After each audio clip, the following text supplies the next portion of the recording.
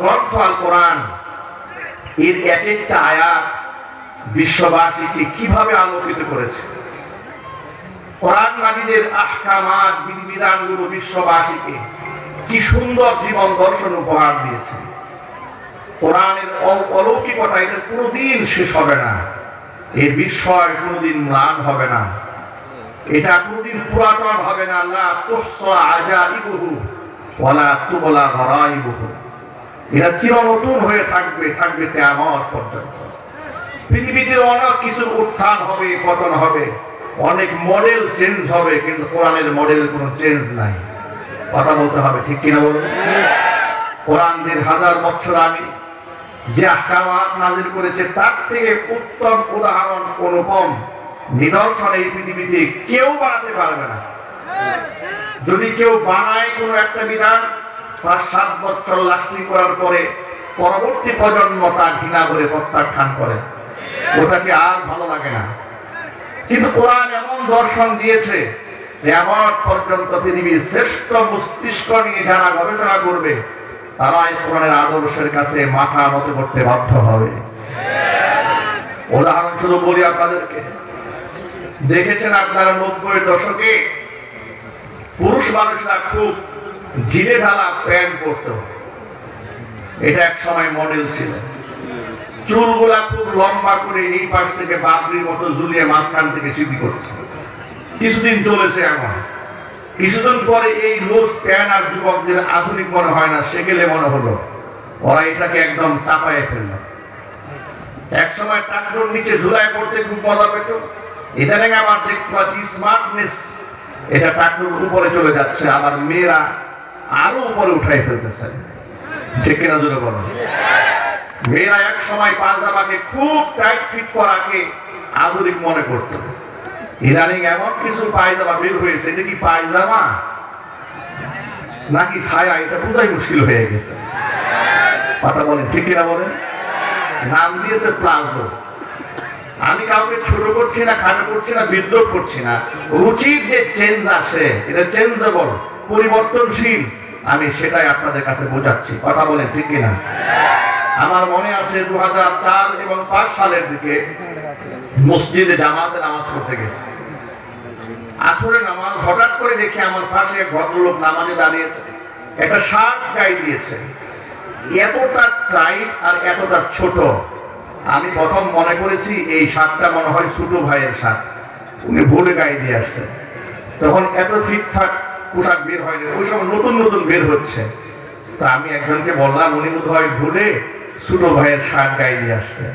উনি হাসি দিয়ে বললেন, হুজুর এটা ছোট ভাইয়ের শার্ট গায়ে দেয় না, এটা ইদানিং ফ্যাশনে পরিণত হয়েছে, একদম টাইট ফিট জামা পরা। আরেকদিন দেখলাম একজন গেঞ্জি পরেছে, গেঞ্জির সেলাই উপর দিক দিয়ে আছে না, এটা আমি যখন প্রথম দেখেছি আমি বললাম তাড়াহুড়া করে ভুলে মনে হয় গেঞ্জি উনি উল্টায় পরে ফেলেছে। উনি আমাকে বললেন, হুজুর আপনি কি মাথা নষ্ট হয়ে গেল নাকি, ভুলে উল্টা গেঞ্জি পরে উনি মসজিদে আসবে কেন, এটা মডেলই এটা।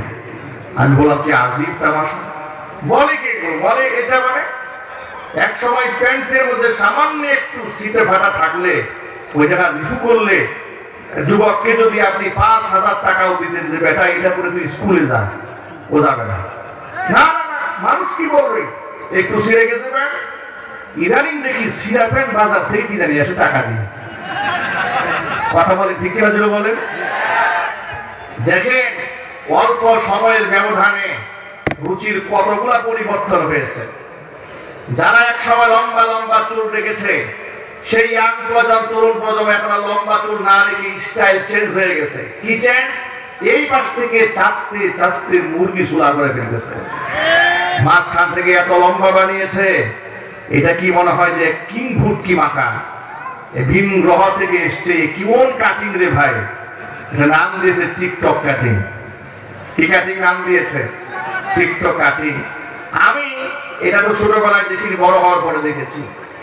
এই দৃশ্য দেখার পরে আমি একটা হাদিস পড়ে বড় অবাক হয়েছি। ১,৫০০ বছর আগে রাহমাতুল লিল আলামিন তিনি এই ধরনের চুল কাটতে বারণ করলেন। সাহাবায়ে کرام বলেন নাহানা রাসূলুল্লাহ সাল্লাল্লাহু আলাইহি ওয়াসাল্লাম আনিল কুযা। সাহাবায়ে کرام বললেন নবীজি সাল্লাল্লাহু আলাইহি ওয়াসাল্লাম আমাদেরকে কুযা করতে নিষেধ করেছেন। অবাক বিস্ময়ে সাহাবায়ে کرام জানতে চাইলেন কুযা কি জিনিস। নবীজি বললেন কুযা হচ্ছে মাথার চুলের কিয়াদাংশ দুই পাশ থেকে একেবারে ছোট করে সামনের চুলটা লম্বা করে রাখার নাম হচ্ছে কুযা। আল্লাহু আকবার বলেন। এই কথাটি রাসূলুল্লাহ বললেন ২০০০ বছর আগে, আর সেই বক্তব্য মিলে গেল টিকটকারদের সাথে। কথা বলেন ভাই, ঠিক কিনা জুড়ে বলেন। প্রিয় যুবকেরা, আমি কয়েকটা এক্সাম্পল আপনাদের সামনে উপস্থাপন করার মাধ্যমে শুধু এই কথা বোঝাতে চেয়েছি যে এই পৃথিবীতে মানুষ নিজের পক্ষ থেকে যে রুচিটা বানিয়েছে তা পরিবর্তিত হয়েছে, পরিবর্তন হয়েছে, চেঞ্জ হয়েছে, কিন্তু ইসলাম ২০০০ বছর আগে যা দিয়েছে থাকবে কিয়ামত পর্যন্ত তার থেকে উত্তম আদর্শ এই পৃথিবীতে আর হতে পারে না। পবিত্র কোরআন মাজিদে আল্লাহ তাআলা অনেক সময় কারুন, ফিরাউন, হামান, নমরুদ এদের কাহিনী আল্লাহ পাক তুলে ধরেছেন। আবার আম্বিয়া আলাইহিমুস সালাতু ওয়াস সালামের কিসাস বর্ণনা করেছেন, ঘটনা বলেছেন। আল্লাহ পাক কোরআনের কাহিনী উল্লেখ করে মানুষকে বলেছেন শোনো, কোরআনে যে তোমাদেরকে এত কাহিনী শোনালাম, কোন কোন জায়গায় আল্লাহ পাক বলেন ফানজুর কাইফা কানা আকিবাতুল মুজরিমিন। দেখো কাইফা কানা আকিবাতুল মুজরিমিন, অপরাধীদের শেষ পরিণতি কি হয়েছে একটু দেখো তোমরা। আবার কোন জায়গার মধ্যে আল্লাহ বললেন ফানজুর কাইফা কানা আকিবাতুল মুকাদ্দিবিন, মিথ্যাবাদীদের শেষ পরিণতি কি হয়েছে একটুখানি তাকিয়ে দেখো। আবার আল্লাহ তাআলা নবী রাসূলদের লম্বা কাহিনী কোরআনের মধ্যে বর্ণনা করার পরে আল্লাহ বলছেন শোনো, তোমাদের কেন কাহিনী শোনালাম। লাকাদ কানা ফি কাসাসিহিম ইবরাতুল লিউলিল আলবাব। এই সমস্ত কাহিনীর মধ্যে, কিসসার মধ্যে, ঘটনাপুঞ্জির ভেতরে জ্ঞানীদের জন্য শিক্ষা রয়েছে। চিৎকার দেখুন আল্লাহু আকবার। এই যে আজকে ভবানীপুর ডাঙ্গারহাট যুব সমাজ এই তাফসীরের আয়োজন করেছে। যুবকরা কোনো মাহফিলের আয়োজন করলে ওই দৃশ্য দেখতে আমার বড়ই ভালো লাগে। কেন ভালো লাগে জানেন? কারণ এই যুব সমাজকে মিসগাইড করার জন্য, ভুল পথে পরিচালিত করার জন্য এই দেশের সবগুলা ইলেকট্রিক মিডিয়া চেষ্টা চালিয়ে যাচ্ছে। কথা বলছে না কেন? যতগুলা প্রিন্ট মিডিয়া আছে যুবকদেরকে বিপদগামী করার জন্য ষড়যন্ত্র চালিয়ে যাচ্ছে, মা বোনদেরকে বেহায়া বানাবার জন্য চেষ্টা চালিয়ে যাচ্ছে, অশ্লীল বানিয়ে দেওয়ার জন্য চেষ্টা চালাচ্ছে। কোন মিডিয়া ইসলামের সংস্কৃতির কথা বলে না, বরং বাম এবং রামেরা যা বলে মিডিয়াতে সেটাই প্রচার করে। বাংলাদেশের প্রথম সারির ইলেকট্রিক মিডিয়া হচ্ছে ৭১ টেলিভিশন। এই ৭১ টেলিভিশনে বিগত ১৬টি বছর ধরে স্বৈরাচারীর আমলে কি পরিমাণ ইসলাম বিদ্বেষী, কোরআন বিদ্বেষী, আলেম বিদ্বেষী প্রচারণা করা হয়েছে, সেই হিসেবে তো যুবকরা তাফসীর মাহফিল না করে রাস্তায় রাস্তায় কনসার্ট করা দরকার ছিল। কিন্তু ওদের সমস্ত চক্রান্তকে আল্লাহ ভবিষ্যৎ করে দিয়ে যুবকদেরকে কোরআনমুখী করে দিয়েছে। আলেমদের প্রতি যেন কোনো রেসপেক্ট না থাকে, শ্রদ্ধাবোধ না থাকে, এই জন্য কাউকে জঙ্গি, কাউকে তালেবান, কাউকে রাজাকার, কাউকে আল বদর, কাউকে আল শামস, কাউকে জামাত, কাউকে শিবির, কারো উগ্রবাদ, কাউকে মৌলবাদ, হাজারো ট্যাগ লাগিয়ে আলেমদের কণ্ঠকে টুপিকে চেপে ধরার জন্য ষড়যন্ত্র করা হয়েছে। কথা বলতে হবে তো। মাহফিলগুলোতে স্বাধীনভাবে আলেমদেরকে বয়ান করতে দেওয়া হয়নি। ওয়াজের স্টেজের মধ্যে বসার সাথে সাথে একটা দুটা নয়, আমি আমার জীবনে 14টা পর্যন্ত শর্ত পেয়েছি। এই শর্তের ভিত্তিতে কথা বলতে হবে, বাহিরে যাওয়া যাবে না। এরকম করে আলেমদেরকে তারা কষ্ট দিয়েছে। থানা থেকে পারমিশন নিতে হয়েছে, এসপি অফিসে যাও, ডিসি অফিসে যাও, সুদখোর ঘুষখোর মিথ্যাবাদী এমপির পায়ে গিয়ে ধরো, চেয়ারম্যানের পায়ে ধরো। এত কষ্ট করেছে, এরপরেও তারা সমস্ত অনুমোদন নেওয়ার পরে মাহফিলের একদিন আগে এসে প্রশাসনের লোকেরা প্যান্ডেল ভেঙে দিয়েছে। এই ঘটনা বাংলাদেশে ঘটে নাই, একটু জোরে বলতে হবে, ঘটে নাই। বক্তার সামনে থেকে ওরা মাইক কেড়ে নিয়েছে, অসংখ্য মিডিয়ার সামনে লাঠি মেরে মাইককে ফেলে দিয়েছে, আলেমদের গায়ে পর্যন্ত হাত তুলেছে। এমন বেয়াদবি যারা করেছে, ইতিহাসের নিকৃষ্ট আস্থা করে আল্লাহ পাক ওদেরকে ঘৃণা করে নিক্ষেপ করেছে। আজকে সেই যুব সমাজ কোরআনের আয়োজন করেছে, মন তো এমনি বড় হয়ে যায়, ঠিক না যুবক ভাইরা? এই যুবকরা ইসলামের পথে ছিল, এই যুবকরা ইসলামের পথে আছে। 5 জুলাই আগস্টে গণ অভ্যুত্থানের মাধ্যমে যুবকরা রাষ্ট্রকে দ্বিতীয়বারের মতো স্বাধীন করেছে। তৃতীয়বারের মতো একটা বিষয় যুবকদের নিতে হবে, স্বাধীনতার পতাকা দ্বিতীয়বারের মতো উড়িয়েছি, তৃতীয়বার আর স্বাধীনতা নয়, তৃতীয়বারের মতো কালিমার পতাকা আমরা উড্ডীন করবো বাংলার মাটিতে ইনশাআল্লাহ।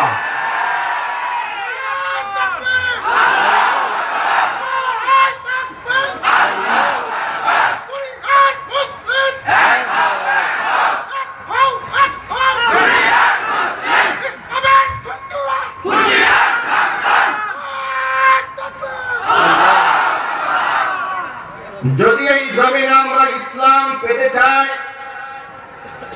তাহলে আমাদেরকে নির্ভীক হতে হবে, ভয়কে আমাদের জয় করতে হবে। কসম আল্লাহর, বাতিলকে দেখে কোনোদিন আপনারা ভয় পাবেন না। বাতিল হচ্ছে খড়কুটার মতো, হেদায়েত হচ্ছে অগ্নিস্ফুলিঙ্গের মতো। আগুন যদি চলে আসে, সেখানে খড়কুটা জ্বলে ছাই হয়ে যায়। আপনাদের কি ভয়ের কোনো কারণ আছে? ইমানদারদেরকে নির্ভীক হতে হবে। কি হতে হবে বলেন তো? মনে রাখবেন, ইমানদার শুধু একজনকে ভয় করবেন, তিনি কে? আল্লাহর নামটা একটু গর্জে উঠে বলুন। একটা আঙ্গুলি, শাহাদাত আঙ্গুলি উঁচার দিকে দিয়ে বলেন, একমাত্র ভয় করবো কাকে? একমাত্র আল্লাহকেই যদি ভয় করতে পারেন, ঈমানের অনুপম আদর্শে যদি আপনি উঠতে পারেন, সম্মান হবে দুনিয়াতে, সম্মান পাবেন আপনি আখিরাতে। কোরআন ঈমানদারদের সম্মান দেওয়ার ব্যাপারে আল্লাহ পাকের ওয়াদা আছে, ইয়ারফাইল্লাহুল্লাযীনা আমানু মিনকুম ওয়াল্লাযীনা উতুল ইলমা দারাজাত।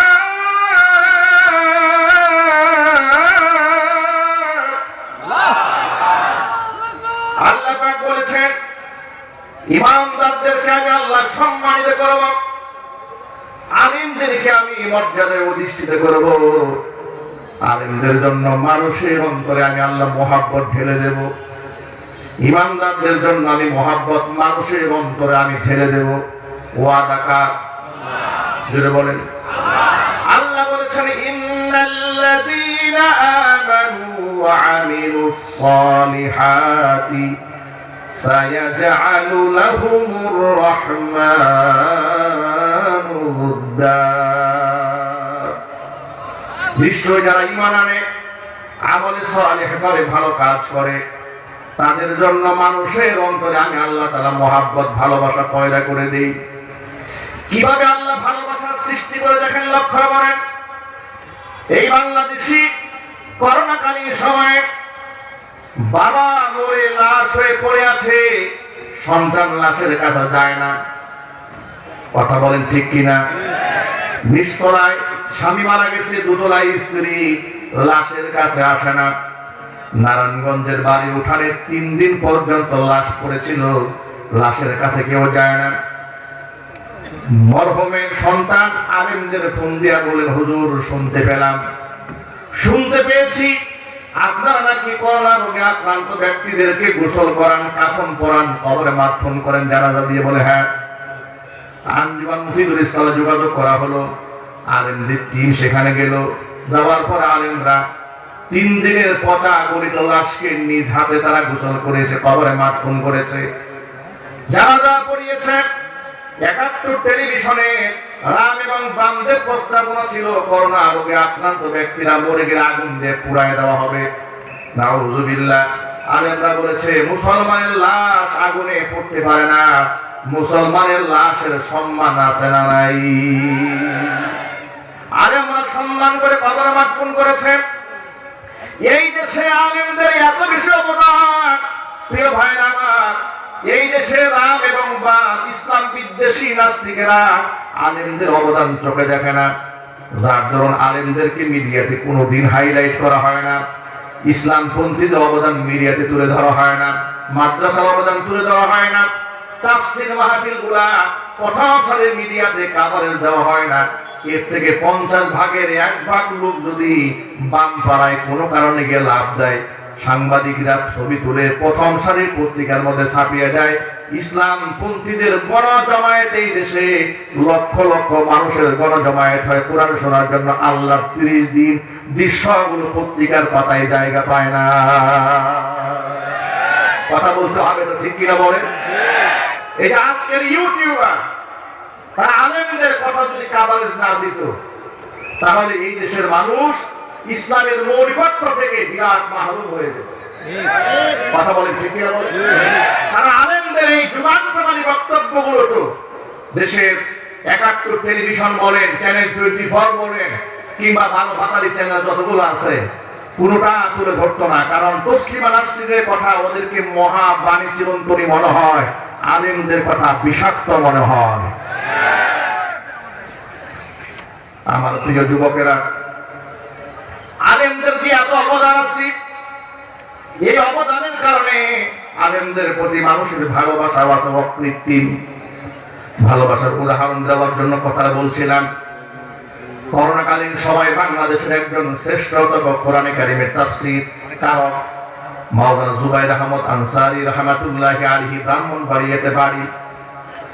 দীর্ঘদিন সিলেট অঞ্চলে, হবিগঞ্জ অঞ্চলে, ব্রাহ্মণবাড়িয়া এলাকাতে, বাংলাদেশে বিভিন্ন প্রান্তে ওয়াজ করেছেন। এমন সময় তিনি মারা গেলেন যখন গোটা বাংলাদেশের লকডাউন চলছে। ঠিক কিনা বলেন? এটা একটা উপমা, এটা একটা দৃষ্টান্ত বোঝাবার জন্য বলি। অনেক দিন আগের ঘটনা, পেছনের ঘটনা নতুন করে টানলাম কেন? আচ্ছা, নমরুদের কাহিনী কি গত বছরের নাকি? ফেরাউনের কথা, আবু জেহেলের কথা, মুহাম্মদ সাল্লাল্লাহু আলাইহি ওয়াসাল্লামের কথা, কিন্তু এত আগের ঘটনা আপনাদের সামনে নতুন করে রিভিউ করে কেন পেশ করা হয়? কারণ ওই ঘটনার মধ্যে আমাদের জন্য শিক্ষা আছে। কথা বলেন, ঠিক কিনা? সেই করোনাকালীন সময় আমি শুধু বোঝাতে চেয়েছি এদেশে আলেমদের প্রতি মানুষের মহব্বতের দৃষ্টান্তটা কেমন হয়। করোনার সময় লকডাউনে যেখানে সন্তান মারা গেলে এলাকাবাসী এসে দেখতে চায় না, বাবা মারা গেলে সন্তান যায় না, ওই সময় লকডাউন চলছে ব্রাহ্মণবাড়ি এলাকা সহ গোটা বাংলাদেশে। লকডাউনের সময় উনি মারা গেলেন। সিমসাম ভাবে তার মাদ্রাসাতে, বেতলা মাদ্রাসায় জানাজা হবে। মাইকে বলে দেওয়া হলো একেবারে সংক্ষিপ্ত পরিসরে জানাজা হবে, গণজমায়েত যেন না হয়, আপনারা কেউ বাড়ি থেকে আসবেন না। সাধারণত মাইকিং হয় জানাজার নামাজে আসার জন্য, ওখানে মাইকিং হয়েছে, মাইক দিয়ে বলা হয়েছে যেন লোকেরা না আসে। প্রশাসনের লোকেরা সতর্ক দৃষ্টি রাখলেন, বিভিন্ন রাজপথে চেকপোস্ট বসিয়ে দিলেন, গাড়ি নিয়ে যেন কেউ জানাজায় আসতে না পারে। এভাবে বিরাট পাহারা দেওয়া হলো। সকাল আনুমানিক 10টার সময় জানাজা ওয়াক্ত হয়ে যাচ্ছে। প্রশাসনিক দায়িত্বশীল তিনি বললেন, মিডিয়াতে আমরা শুনেছি যে সিমসাম ভাবেই জানাজার প্রস্তুতি নেওয়া হয়েছে। হঠাৎ করে জানাজার নামাজের আধা ঘন্টা আগ মুহূর্তে আমরা তাকিয়ে দেখি মাদ্রাসার চতুর্দিক থেকে বিভিন্ন এলাকার বিভিন্ন রাস্তা দিয়ে ঢলের মতো মানুষ নেমে আসতেছে। এত আস্তাল্লাহু আকবার বলেন আপনারা। ঢলের মতো মানুষ নেমে আসতেছে। সেই মানুষের সংখ্যা কোথায় গিয়ে দাঁড়ালো? রাস্তাঘাট সব ব্লক হয়ে গেল। হাজার হাজার অগণিত মানুষ সে জানাজার নামাজে সামিল হলো। চ্যানেলগুলা পাগল হয়ে গেল। এই মোল্লাদের আপনার সচেতন নন তারা। এই মৌলবাদী লোকরা দেশটাকে শেষ করে দেবে, করোনা দিয়ে দেশটাকে ভরে ফেলবে। ওই সময় ব্যারিস্টার সমন, তিনিও একটা লাইভ করেছিলেন। যেহেতু তিনি লাইভ স্টার হিসেবে পরিচিত ছিলেন, তিনি বলেছেন এই মোল্লারা একদম শেষ করে দিল ব্রাহ্মণবাড়ি। এটাকে অনেক বাজে কথা বলেছিলেন, সে কথা আমরা আজও ভুলে যাই নাই। এরপরে 14 দিন পর্যন্ত এই গ্রামগুলাকে একেবারে লকডাউন করে দেওয়া হলো, যে 14 দিনে এই গ্রামবাসী কোথাও তারা মুখ করতে পারবে না। তারা অবজারভেশনে রাখলেন যে এখানে কোনো করোনা রোগী একটা আরেকটা থেকে সারায়াত হয় কিনা, সংক্রমিত হয় কিনা। 14 দিন পার হয়ে গেল, হাজার হাজার মানুষ যে গ্রাম থেকে বের হয়ে এসে জানাজার নামাজে শামিল হয়েছিল, একজন মানুষও করোনায় আক্রান্ত হয় নাই। হেফাজতের মালিককে এটা জুড়ে বলেন। তাহলে আপনারাই বলেন, যেখানে বাবার লাশের কাছে সন্তান যেতে চায় না যে মোমেন্টে, ওই সময় একটা আলেমের জানাজা করার জন্য এত মানুষ কেন যেতে হবে? এই মহব্বত মানুষের অন্তরে কে দিয়েছেন? শতাব্দী শ্রেষ্ঠ তাফসীর কারক বাংলাদেশে কোরআন কারীমের আলোচনা যারা করেন, তাদের আইডল যিনি, আইকন যিনি, কোরআন থেকে তাফসীরুল কোরআন বিল কোরআন মানুষের সামনে উপস্থাপন করার উপকার বাংলাদেশে উপমহাদেশের শ্রেষ্ঠ দায়ী শহীদ আল্লামা দেলওয়ার হোসেন সাঈদী রাহমাতুল্লাহি আলাইহি। ঠিক কিনা? রাজাকার ছিলেন, মানবতা বিরোধী অপরাধ করেছিলেন, বিশাল আলীকে খুন করেছিলেন। এই কথাগুলো মিডিয়াতে প্রচার করতে করতে, শুনতে শুনতে কান গোড়াকে ঝাড়াপাড়া করে ফেলে দিয়েছে। বাধ্যতামূলক আমাদেরকে শুনতে হয়েছে কথাগুলো। বিষ খাইয়ে জাতিকে বিষ হজম করতে হয়েছে, কিন্তু ওদের সামনে টু শব্দ করা যায় নাই। টু শব্দ করলেই মামলা। কথা বলছেন না কেন? ইদানিং দেখতে পাচ্ছি ওই সমস্ত জালেমদের প্রতি এলাকার মানুষের কিন্তু মোহাব্বত দেখা যায় কিছু কিছু। আমি তাদের পীড়িত দেখে আমাদের খুব সন্দেহ হয়। স্বৈরাচারের প্রতি যারা পীড়িত দেখাবে, তাকে রিমান্ডে জিজ্ঞাসা করতে হবে ওদের কাছ থেকে কত টাকা খেয়েছিস, কথা বলতে হবে। ঠিক কিনা বলে? ওরা কি করেছে শোনেন। এমন একজন ব্যক্তিকে মানুষের সামনে মানবতা বিরোধী, জঙ্গি, এরপরে নারী ধর্ষণকারী ইত্যাদি বলেছে। শাহবাগে তার নিজের ছবিকে, দাড়িওয়ালা ছবিকে কার্টুন বানিয়ে, বামেরা বড় বড় দাগ বানিয়ে, এরপরে মুখোশ বানিয়ে, আবার মাথায় টুপি দিয়ে ব্যঙ্গ বিদ্রোহ করে পত্রিকাতে ছাপিয়েছে। দেয়ালে দেয়ালে দেয়ালিকা লিখেছে। রাজাকার মানবতার দুশ্মন বলে বলে মানুষের দিল থেকে ওঠাতে চেষ্টা করেছে। বাস্তবতা কি? যারা আলেমদেরকে মানুষের সামনে খারাপ ভাবে উপস্থাপন করার জন্য চেষ্টা করেছে, আল্লাহ রাব্বুল আলামিন তাদেরকে মানুষের দিল থেকে ঘৃণা করে বের করে দিয়েছে। কিন্তু আলেমরা বের হয় নাই। তিনি যখন মারা গেলেন, তার ইন্তেকালের পরে তার জানাজা পড়ার জন্য এই দেশের মানুষের আকুতি। সুবহানাল্লাহ, সুবহানাল্লাহ। আমি আমার এই 37-38 বছর হায়াতে জিন্দেগিতে কোন মানুষের জানাজা করার জন্য মানুষ এমন উতালা থাকে, কসম আল্লাহর, কোরআন আমার সামনে, আমাকে কাজ করে দিতে হবে না। আমি চ্যালেঞ্জ করলাম, কোন ব্যক্তির জানাজা করার জন্য মানুষ এত পাগল এই দেশে হয় নাই যতটা পাগল হয়েছিল সাঈদী রাহিমাহুল্লাহ জানাজা পড়ার জন্য। এই কথা কি সত্য না মিথ্যা? চিল্লায় বলে। যারা বলে 1000 বছরের শ্রেষ্ঠ বাঙালি, 1000 বছরের শ্রেষ্ঠ জনপ্রিয় ব্যক্তি, এগুলা ক্ষমতা, টাকা আর বন্দুকের নালে বসাইয়া জোরে জোরে বলা যায়। 1000 বছরের শ্রেষ্ঠ বাঙালি যখন মরেছিল বা যখন বাড়ির মধ্যে পড়েছিল, তাকে দেখতে পর্যন্ত নেতা কর্মী চায় না। কথা বলতে হবে তো। এমনকি পত্রিকার মধ্যে মাঝে মাঝে দেখতাম, পৃথিবীর ইতিহাসে বর্তমান দুনিয়ার মধ্যে এক শাসক, খুব প্রভাবশালী নেত্রী, নাম তার স্বৈরাচারী শেখ হাসিনা। এই প্রভাবশালী নাকি নেত্রী, এত প্রভাব তার এত ভক্ত অনুকূল, এত মহব্বতের মানুষের মহব্বত রাখার জায়গা নাই। সাংবাদিকরা যখন তার সামনে প্রশংসা করতেন, এক একজনে মনে হচ্ছে তেলের ডিপু নিয়ে বসেছেন। কথা বলে না কেন? তেলের খড়ি ঢেলে দিতেন তার সামনে। ওই সমস্ত দালাল গুলা কোথায়? এদেশে জনরোষ থেকে তিনি রক্ষা পেতে পারেন নাই। অসংখ্য আলেমদেরকে মসজিদ থেকে বের করে দিয়েছিল বিনা নোটিশে। জাতির কাছ থেকে বিদায় নেওয়ার সময় তারা দেয়নি। স্বৈরাচারী 16 বছরের জুলুম নির্যাতন করার পরে 1 ঘন্টা সময় চেয়েছিল জাতির কাছে সেই বক্তব্য দিয়ে বিদায় নেওয়ার জন্য। আল্লাহ পাক তাকে সেই সুযোগ দেননি। সেনাবাহিনী বলেছে সময় 45 মিনিট, ঘাটতি গুছাবেন না, বক্তব্য দেবেন, সিদ্ধান্ত আপনার। কথা বলেন ঠিক কিনা? এরপরে দুপুরে লাঞ্চ করার সময় পাই না, চোরের মতো পালিয়ে যেতে বাধ্য হয়েছে। আমি আপনাদের মেসেজ দিয়ে শুনে রাখেন, এই কোরআন এবং কোরআন পন্থীদের সাথে লাগতে আসবেন না, আলেমদের সাথে গুটাগুটি করতে আসবেন না, ইসলাম পন্থীদের কাজে বাধা দিবেন না, ইসলাম পন্থীদেরকে শত্রু বানাবেন না। আপনি যদি ইসলাম পন্থীদেরকে শত্রু বানান, আল্লাহ নবী সাল্লাল্লাহু আলাইহি ওয়াসাল্লাম বলেছেন, হাদিসে কুদসি এসেছে, আল্লাহ বলেছেন মান আদালি ওয়ালিয়ান ফাকাদ আযানতুহু বিল হক। যে ব্যক্তি আমার ওলির সাথে দুশমনি করে, আমি আল্লাহ তাআলা তার বিরুদ্ধে যুদ্ধের ঘোষণা করি।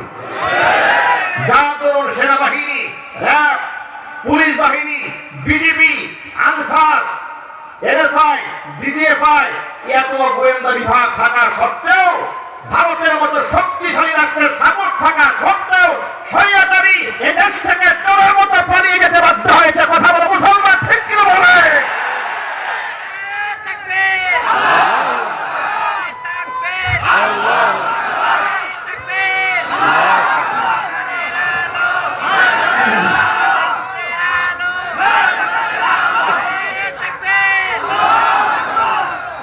যুবক ভাইরা নির্ভীক হয়ে যান। জালেমের সামনে দাঁড়িয়ে সত্য বাণী উচ্চারণ করা হচ্ছে এই দুনিয়ার মধ্যে সর্বশ্রেষ্ঠ জিহাদ। কথা বলেন, এটা কি আমার বানানো কথা বলা হয়েছে? কসম আল্লাহ, এটা আমার একটি কথাও নয়। আল্লাহর নবী রাহমাতুল লিল আলামিন বলেছেন, আফদালুল জিহাদ কালিমাতু হাক্কিন ইনদা সুলতানিন জাইর। জালেম শাসকের সামনে দাঁড়িয়ে সত্য বাণী উচ্চারণ করা হচ্ছে দুনিয়ার মধ্যে সর্বশ্রেষ্ঠ জিহাদ। যে জিহাদ করে শ্রেষ্ঠ উপমা হয়ে আছে আসহাবুল কাহফের সদস্যরা, অনন্য এক দৃষ্টান্ত হয়ে আছে গোটা দুনিয়াবাসীর সামনে। ও যুবকেরা, আপনাদের দিকে টার্গেট করে বলছি, যুবকেরা কথাটা মনোযোগ সহকারে শোনেন। যুবকরা যদি ইসলামের জন্য হয়ে যায়, ইসলামের পতাকা যদি যুবকরা আগলায় ধরে রাখতে চায়, কসম আল্লাহ, পৃথিবীতে ইসলামের পতাকা কেউ পরাজিত করতে পারবে না। এই জন্য আমাদের প্রথম কাজ হচ্ছে হতে হবে নির্ভীক। কি হতে হবে? অন্তরে গায়রুল্লাহর ভয় রাখা যাবে না। ভয় রাখবো কার? মনে রাখবেন, আপনাকে ছোট্ট করে একটা টিপস বলে দিই, এই পৃথিবীতে আপনাকে দুটার যে কোনো একটা হতে হবে। হয়তো আপনি ফুটবল হবেন, না হয় ফুটবলের প্লেয়ার হবেন। লাঠি হয়তো মারবেন, না হয় লাঠি আপনাকে খেতে হবে। সিদ্ধান্ত আপনার। আপনি যদি বাতিলকে ভয় পান, বাতিল আপনাকে আরো ভয় দেখাবে। আর আপনি যদি গর্জে ওঠেন, আপনার সামনে দাঁড়িয়ে কথা বলার সাহস থাকবে না কারণ। কোরআন মাজিদ কি বলছে লক্ষ্য করেন। আল্লাহ পাক বলছে, ও আমার হাবিব, আপনাকে আমি একটা কাহিনী শোনাই, আজকে শুনুন। নাহনু নাকুসু আলাইকা নাবাহুম বিল হক ইন্নাহুম ফিতয়াতুন আমানু বিরাব্বিহিম ওয়া জিদনাহুম হুদা। তারা ছিল একদল তরুণ। আমি আপনার পূর্বের বিগত জীবনে 3 জন তরুণের কাহিনী। তারা ছিল একদল তরুণ। ওই একদল তরুণ আমানু বিরাব্বিহিম, আমি আল্লাহর উপরে এমন শক্তিশালী ঈমান তারা গ্রহণ করেছিল। ওয়া জিদনাহুম হুদা, ওদের হেদায়েতটাকে আমি আল্লাহ তাআলা এমন ভাবে বৃদ্ধি করে দিয়েছিলাম। এলাকার বাদশা ছিল তাদের বিরুদ্ধে, তাদের মহাশত্রু। বাদশা ছিল একজন মুশরিক। আমি আল্লাহর সাথে শুধু শরীক স্থাপন করতো না, বরং এলাকার মানুষদেরকে আমি আল্লাহর সাথে শরীক স্থাপন করতে বাধ্য করতে। জোরে কোন নাউযুবিল্লাহ। যুবকেরা বাদশার কথা মান্য করলো না, ঈমান আনলো আল্লাহর উপরে, আল্লাহর একত্ববাদের উপরে। গোয়েন্দা বিভাগের মাধ্যমে বাদশা রিপোর্ট পেয়ে গেল, আপনার সাম্রাজ্যের মধ্যে এমন কিছু যুবক আছে যারা আপনার কথা মান্য করে না। বাদশা এই কথা শোনার পরে ওই যুবকদেরকে নিজের বাড়িতে ধরে আনার কথা বললো, যে এদেরকে ধরে আমার সিংহাসনের সামনে আনা হোক। বাদশার সামনে যখন এদেরকে ধরে আনা হলো, বাদশা এদেরকে জিজ্ঞেস করলো, আমি শুনতে পেলাম তোমরা নাকি আমার দেবদেবীর সামনে মাথা নত করো না, তাহলে তোমরা কার সামনে মাথা নত করো? কি সমস্যা তোমাদের? বাদশার সামনে দাঁড়িয়ে যুবকরা বলল, রব্বুনা রব্বুস সামাওয়াতি ওয়াল আরদি লান নাদ'উ মিন দুনিহি ইলাহান লাকাদ কুলনা ইযান শাতাতা। বাদশার সামনে দাঁড়িয়েছি, বাদশা প্রশ্ন করলো, কি ব্যাপার? এই সমস্ত দেবদেবীর সামনে মাথা নত করো না কেন? যুবকরা বলছে, রব্বুনা রব্বুস সামাওয়াতি ওয়াল আরদি, আমাদের রব এই দেবদেবীগুলা নয়, আমাদের রব হচ্ছে তিনি যিনি আসমান এবং জমিনের প্রতিপালক। তিনি কে? আল্লাহ। মুহাম্মদে বলে আল্লাহ। তিনি কে? আর জোরে বলে আল্লাহ। তিনি হচ্ছেন আল্লাহ, যিনি আমাদের রব। লান নাদ'উ মিন দুনিহি ইলাহান, আল্লাহকে বাদ দিয়া মাবুদ হিসেবে আমরা কাউকে আহ্বান করতে পারি না, ডাকতে পারি না। কারো ইবাদত আমরা কোশ্চেন কালেও করব না। লাকাদ কুলনা ইযান শাতাতা, যদি আমরা আল্লাহকে বাদ দিয়ে অন্য কাউকে প্রভু মানি, তাহলে তো আমরা মারাত্মক মিথ্যা প্রপাগান্ডা নিজেরাই ছুড়ে দিলাম, মারাত্মক অপবাদের বোঝা আল্লাহর উপর দিলাম। আর আমরা একটা বাজে কথা বলে ফেললাম, এর থেকে নিম্নমানের মিথ্যা কথা আর কিছু হতে পারে না। আচ্ছা প্রিয় ভাইরা, একটু সাহস নিয়ে একটু জবাব দেবেন। আমাদের বাংলাদেশে, এই দেশে মুসলমানদের সংখ্যা বেশি না অমুসলিমদের সংখ্যা বেশি? এতে কি আপনাদের সন্দেহ আছে না? কোনো সন্দেহ নাই। এরপরেও, এত মুসলমান থাকার পরেও এদেশে ইসলামের কথা খুব বুক ফুলিয়ে মাথা উঁচা করে বলা বিগত জীবনে কি সহজ ছিল? কথা বলে না কেন? না কঠিন ছিল? বিরাট কঠিন ছিল। কারণ এই দেশে প্রথম আলো আছে, এই দেশে দৈনিক ডেইলি স্টার আছে। কথা বলেন? আপনি জোর গলায় কিছু বলবেন, প্রথম আলো আপনার ছবি তুলে আপনাকে জঙ্গি নাটক সাজিয়ে পত্রিকায় ছাপায় দিয়া মানুষের সামনে আপনাকে ছোট করবে, আর নাটক শুরু হয়ে যাবে। এইভাবে যে কত নিরাপদ মানুষকে এই দেশে অপরাধী বানানো হয়েছে। এই প্রথম আলো নিয়ে ইদানিং আওয়াজ উঠেছে। প্রথম আলো, এটা প্রথম আলো নয়, আমি আমার ভাষায় বলি, এটা হচ্ছে বাংলাদেশের জন্য প্রথম অন্ধকার। ঠিক কিনা বলেন? এইটা, এই পত্রিকাটি কোনদিন বাংলাদেশের স্বাধীনতা সার্বভৌমত্বের পক্ষে কথা বলে না। ডেইলি স্টার এবং প্রথম আলো, এগুলো হচ্ছে স্বৈরাচারীর হওয়ার জন্য সবচেয়ে বড় মাধ্যম। এরাই স্বৈরাচার বানিয়েছে, কথা বলতে হবে, ঠিক কিনা? স্বৈরাচারীর বিদায় নেওয়ার সাথে সাথে তো ওই দিনের পর থেকেই তো এই দেশের প্রথম আলো বন্ধ হয়ে যাওয়া দরকার ছিল, কিন্তু আফসোস আর বন্ধ হয়নি। গতকালে এদেশের ছাত্র সমাজ, সাধারণ মুসলমানেরা প্রথম আলোর সামনে দাঁড়িয়েছে, পুলিশ তাদেরকে বেধড়ক লাঠি পিটা করেছে। অন্তর্বর্তীকালীন সরকারকে বলছি, আপনি ভুল পথে পরিচালিত করবেন না। স্বৈরাচারী পুলিশদেরকে পাবলিক পেটাবার কথা বলে তাদেরকে জনবিচ্ছিন্ন করে দিয়েছিল। ডক্টর মোহাম্মদ ইউনূস, আপনাকে এই দেশের মানুষ অত্যন্ত শ্রদ্ধা করে, আপনার প্রতি বিরাট আশাবাদী। কথা বলতে হবে, ঠিক কিনা? আপনি দেশের জনগণের মানুষের পালস বুঝবেন, এদেশের মানুষের রক্তের ভাষা, চোখের ভাষা, এদের মুখের ভাষা, এদের হৃদয়ের ভাষা আপনি যতদিন বুঝতে পারবেন, ততক্ষণ পর্যন্ত তারা আপনাকে শ্রদ্ধার জায়গায় রাখবে।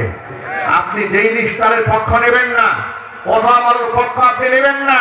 প্রথম আলো বন্ধ করার ব্যবস্থা করুন। যদি আপনি বন্ধ না করেন, গোটা বাংলাদেশের তাওহীদি মুসলমান কর্মসূচি দিতে বাধ্য থাকবে। যদি এদেশে আলেম ওলামাদের নেতৃত্বে প্রথম আলো বন্ধের জন্য সংগ্রামে ডাক আসে, সেটাকে সামনে দিয়ে আপনারা প্রস্তুত আছেন? কারা কারা প্রস্তুত? হাত দেখতে যায়। কারা কারা প্রস্তুত আছেন?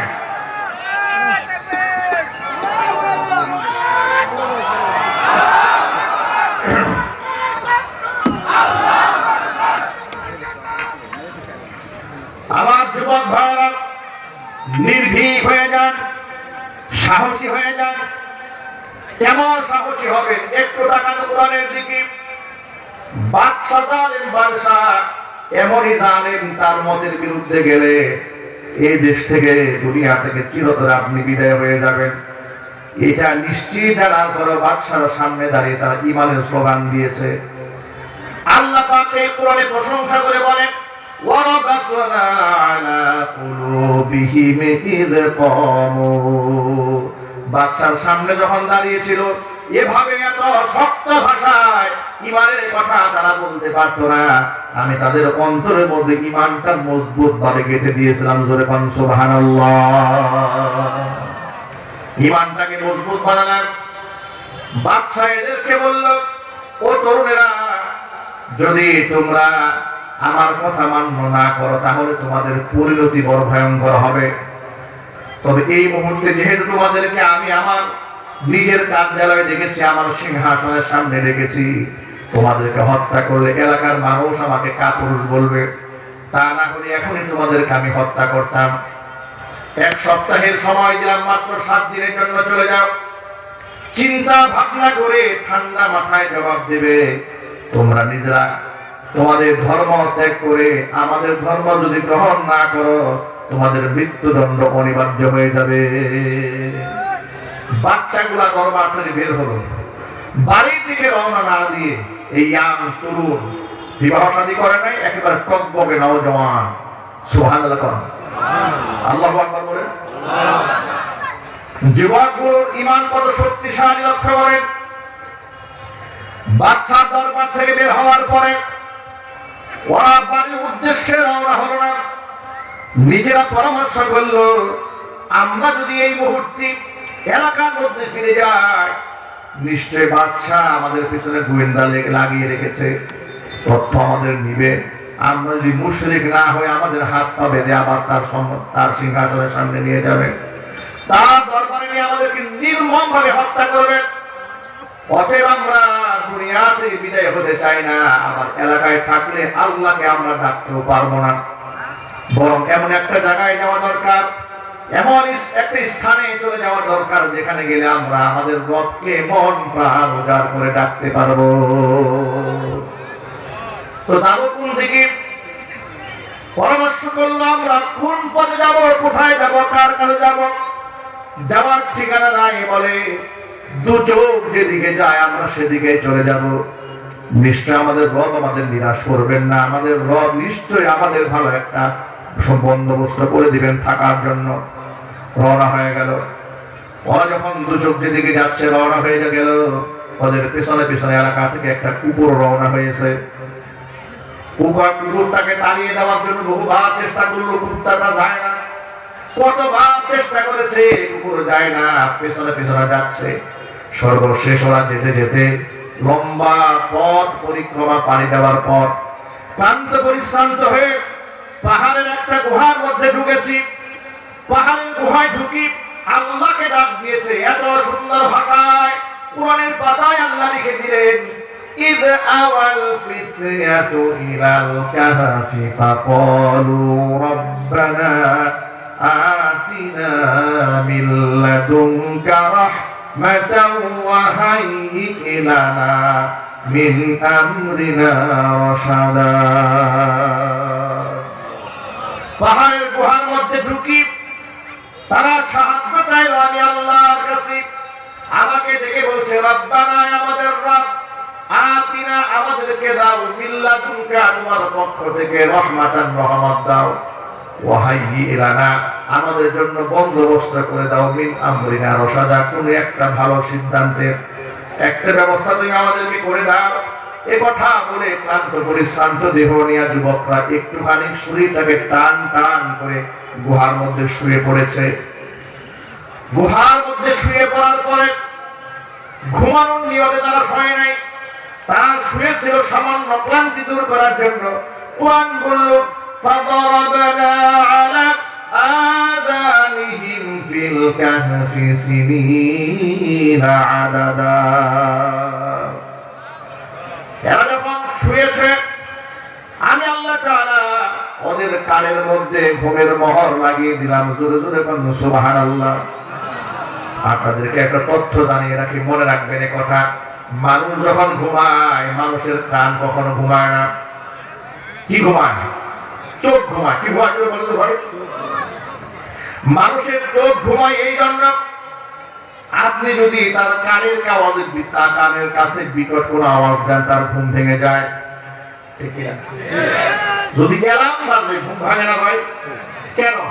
কারণ কান ঘুমায় না, চোখ ঘুমিয়েছে কিন্তু কান ঘুমায় না। ঠিক না ভাই?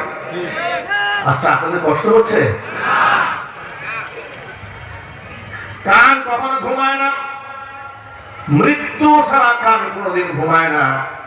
এমনকি কোন কোন বর্ণনায় পাওয়া যায় মানুষ মরে গেলেও কান দিয়ে কথা শুনতে পায়।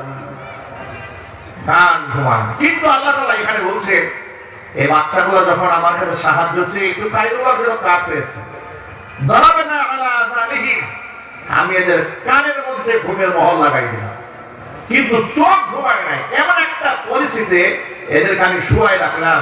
আল্লাহ নিজে বর্ণনা করে রাসূলকে বলছে, হে রাসূল ওয়াতাহসাবুহুম আইকাযান ওয়া হুম রুকুদ। ও নবীজি, আপনি যদি ওদিন তাদেরকে দেখতে পেতেন কেমন করে শোয়ায় রেখেছিলাম। তাহসাবুহুম আইকাযান, ওদের চোখগুলোর দিকে তাকিয়ে আপনি বুঝতে পারতেন এরা সব জেগে আছে, কারণ চোখগুলা খোলা। ওয়া হুম রুকুদ, কিন্তু এরা কেউ জাগ্রত নয়, সব ঘুমন্ত। ওয়া নুকাল্লিবুহুম দাতাল ইয়ামিনি ওয়া দাতাশ শিমাল, এদেরকে কখনো কখনো আমি ডান কাতে কখনো বাম কাতে আমি আল্লাহ ঘুরাই দিতাম, যাতে করে মাটি দেহকে খেয়ে না ফেলে। ওয়া কালবুহুম বাসিতুম দিরাইহি বিল ওয়াসিদ, এদের সাথে যে কুকুরটা গেছে, এই কুকুরটাকে বসিয়ে দিয়েছি গুহার সামনে, লম্বা হাত সম্প্রসারণ করে, জিহ্বা বার করে, হা করে হিংস্র থাবা নিয়ে তাকায় আছে। কুকুরের চোখ খোলা, জিহ্বা বার হয়ে আছে। যে কেউ দেখে ভয়ে তাদের সামনে থেকে দৌড়ায় পালায় যাবে। আল্লাহ পাক নিজে বলছেন লাবি طلعت عليهم لوليت منهم فرارا ولملئت منهم رعبا। হে রাসূল, যদি আপনি ওই দৃশ্য দেখতে পেতেন, আপনি ভীত সন্ত্রস্ত হয়ে সেখান থেকে পালিয়ে যেতেন। ওয়ালামুলিতা মিনহুম রুবা, মারাত্মকভাবে আপনি ভয় পেয়ে যেতেন। সূর্য যখন উদিত হতো, সূর্যের আলো গর্তের মধ্যে গিয়া আমার বান্দাদের ঘুমের মধ্যে বেঘাত যেন সৃষ্টি করতে না পারে, এই জন্য আমি একটা পলিসি অবলম্বন করলাম, সূর্যকে আমি ডানে বামে ঘুরাই দিতাম। জোরে করে আল্লাহু আকবার।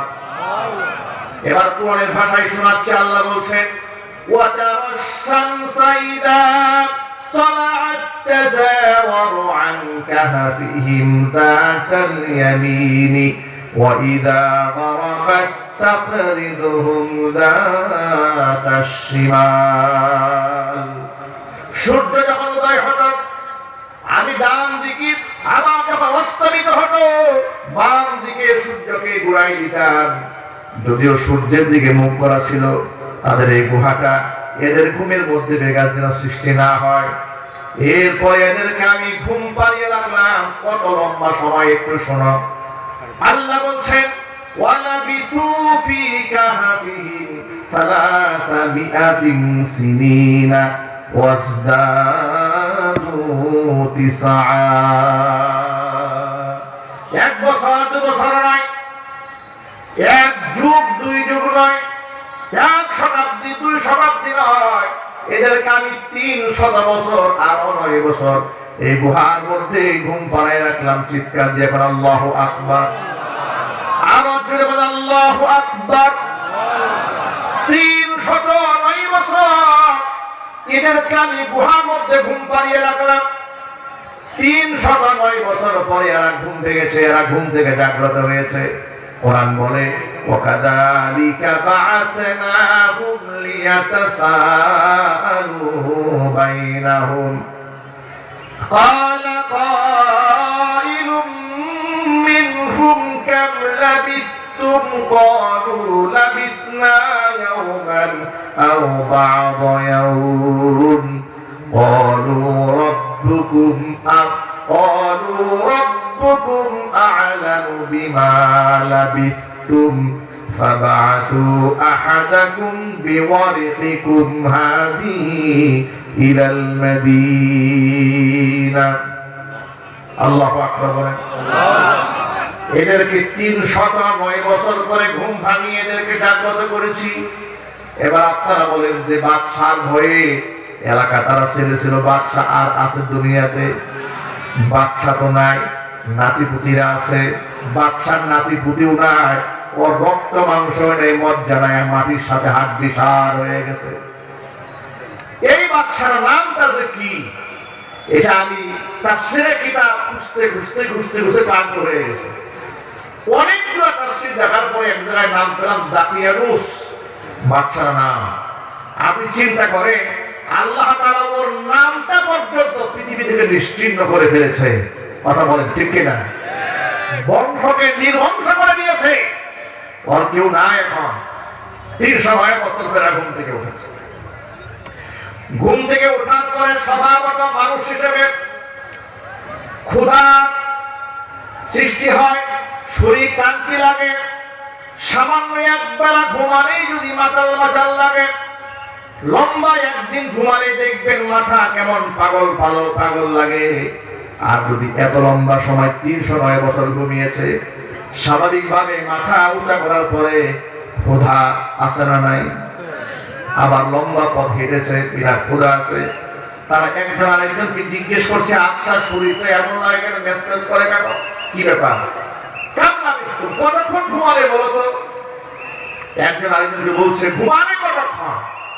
একজন বলে লাবিসনা ইয়াওমান আও বা'দা ইয়াওম, মনে হয় একদিন ঘুমাইছি, না হয় একদিনের কম ঘুমাইছি। সুবহানাল্লাহ, কি আজীব কথা। 309 বছর পরে ঘুম থেকে উঠে একজন আরেকজনকে বলে একদিন ঘুমিয়েছি, আর না হয় একদিনেরও কম ঘুমিয়েছি। এই কথা শোনার পরে তারাই আবার বলছে যে রব্বুকুম আ'লামু বিমা লাবিসতুম, কতক্ষণ ঘুমিয়েছো এটা আল্লাহ পাকই ভালো জানে।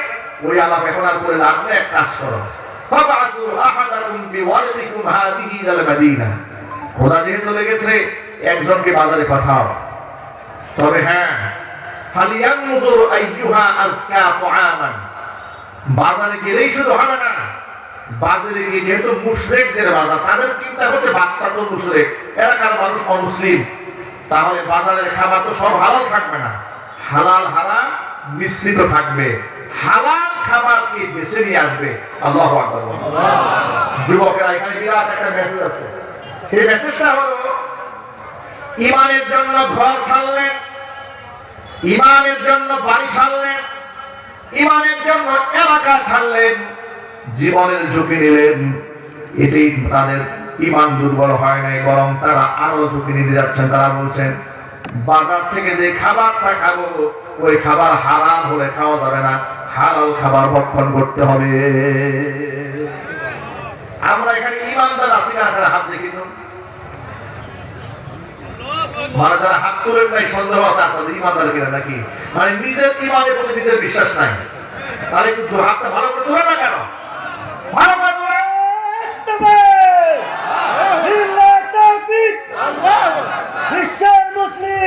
আমরা যারা আমরা হাত তুলেছি, আল্লাহ যেন ইমানদারদের কাতারে আমাদের নাম উঠায় দেন। আমি যদি সবাই বলতে পারেন নাই, একটু খুশি হয়ে বলেন আল্লাহুম্মা আমিন। আচ্ছা প্রিয় ভাইরা, আমরা যারা ইমানদার, আমাদেরও হালাল হারাম জায়েজ নাজায়েজ বাদ বিচার করার কি প্রয়োজন আছে না নাই? কিন্তু সেটাকে আমরা করছি না, আমরা করছি না। আমরা শুধু হালাল হারাম কোন জায়গায় দেখি দেখেন, আমরা হালাল হারাম দেখি ইমাম সাহেব উনি টুপি কি উঁচা করছে না নিচা বলবো, ইমাম সাহেবের বউয়ের পর্দা আছে না নাই, এটা নিয়ে খুব গবেষণা, কথা বলতে হবে, ঠিক কিনা বলেন? ইমাম নিয়ে মাথা ব্যথা, কিন্তু বেচারা নিজের যে পায়খানা করে পানি নেয় না তার খবর নাই, কথা বলেন, ঠিক কিনা বলেন? আরেকজনের হালাল হারাম দেখে উনি অস্থির হয়ে গেল, নিজের সুদের ব্যবসা করছে, ঘুষ খাচ্ছে, সুদি ব্যাংকে লেনদেন করছে, এটা নিয়ে কোনো মাথা ঘামানো না। এমন একটা সিচুয়েশন তৈরি হয়েছে যা আমরা সুদকে মোটামুটি সামাজিক ভাবে একটা বৈধতা দিয়ে ফেলেছি, কথা বলে না কেন?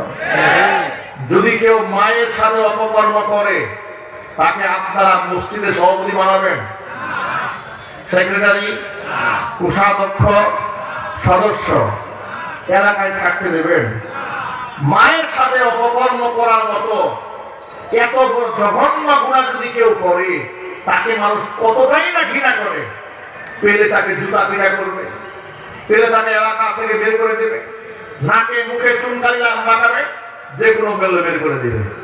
এর মানে হচ্ছে এটা খুব খারাপ কাজ।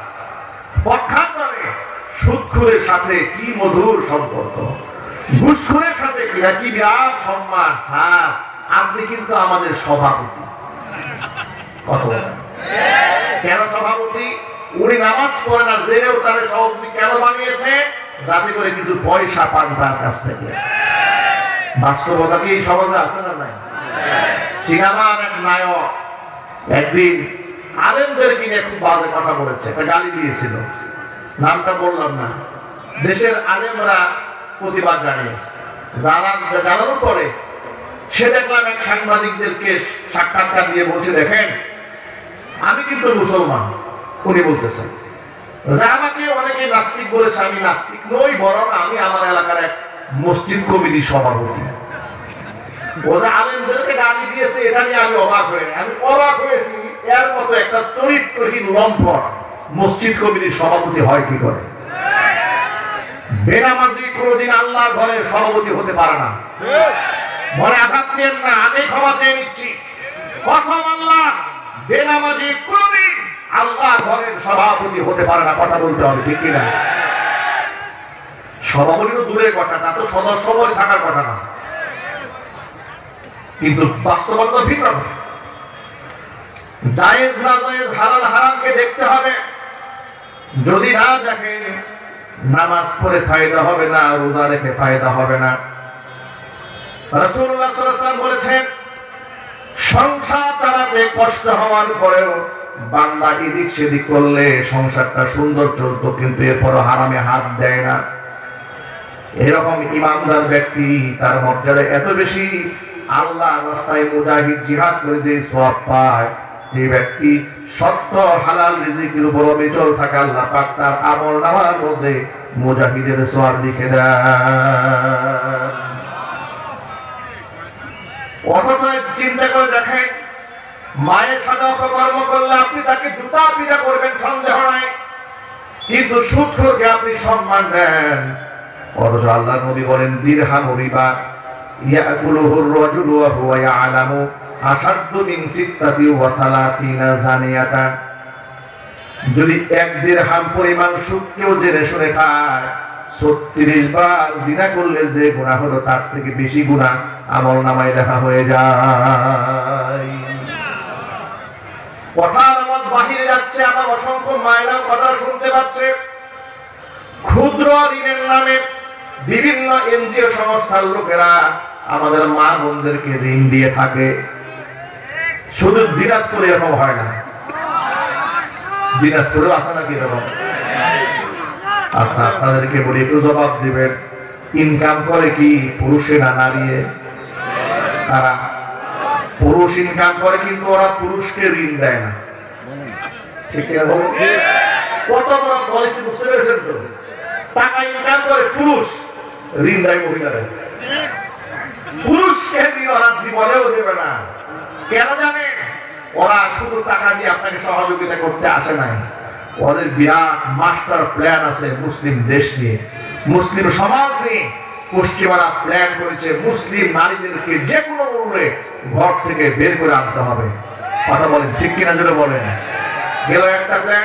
আরেকটা প্ল্যান হচ্ছে নারীদের পকেটে যদি টাকা বেশি ঢুকাই দেওয়া যায় তাহলে নারীর পায়ের নিচে তো মাটি থাকবে না, মাথা নষ্ট হয়ে যাবে। স্বামীকে তো ঘোরার টাইম নাই তখন, ঠিক কিনা বলেন? নারীরা বাহিরে চাকরি বাকরি করলে আলেমরা অনেক সময় অনুৎসাহিত করেন, বাধা প্রদান করেন, বিরুদ্ধে কথা বলেন। এটা নারীকে ছোট করার জন্য নয়, খাটো করার জন্য নয়, বরং নারীর অধিকারকে সংরক্ষণ করার জন্যই বলেন। কারণ নিশ্চয় আমার মা বোনরা কাজ করবেন, কাজের অধিকার মা বোনদের আছে না নাই? কিন্তু সে অধিকার এটা নয় যে পুরুষ যা করবে নারীও তাই করবে। পুরুষ যদি রাত 3টা পর্যন্ত বাহিরে থাকে, একটা নারীও 3টা পর্যন্ত ঘরের বাহিরে থাকবে, আল্লাহর কসম করে বলি এটা সমতা নয়, এটা হচ্ছে ষড়যন্ত্র। আপনাদেরকে বলি, আপনারা বলেন তো নারী আর পুরুষ কোনদিন কি সমান হতে পারে? তাহলে যারা বলে আমরা সমান অধিকার নিয়ে কাজ করি ওরা মিথ্যা কথা বলে। নারী আর পুরুষ কি করে সমান হবে? পুরুষ আর পুরুষই তো কোনদিন সমান হয় না। কি পুরুষ পুরুষ সমান হয়? পুরুষ আর পুরুষ কিভাবে সমান হবে? আমার দিকে তাকান, লক্ষ্য করেন। আপনারা জবাব দিয়ে বলেন বাবার সম্মান আর সন্তানের সম্মান কি এক? আরো জোরে বলেন। বড় ভাই আর ছোট ভাইয়ের মর্যাদা কি সমান? কথা বলেন। উস্তাদ এবং ছাত্রের সম্মান কি সমান হতে পারে? কোনদিন সমান নয়। তাহলে যেখানে উস্তাদ আর ছাত্রদের মধ্যে মর্যাদাগত পার্থক্য আছে, অধিকারগত পার্থক্য আছে, বড় ভাই ছোট ভাইয়ের অধিকারগত পার্থক্য যেখানে আছে, সেই জায়গায় আপনি নারী আর পুরুষ কেমনে এক বানাবে? এর চেয়ে যাহা মিথ্যা কথা সমাজে আর হতে পারে না। তারা কথায় কথায় নারী নেতৃত্বের কথা বলেন, নারী ক্ষমতায়ন, নারী ক্ষমতায়ন। এটা যে পশ্চিমা থেকে আমদানি করেছে বিগত 250 বছরের ইতিহাসে, ভালো করে শোনেন, 250 বছরের ইতিহাসে আমেরিকায় একটা নারীকে প্রেসিডেন্ট বানায় নাই, ঠিক কিনা যদি বলেন?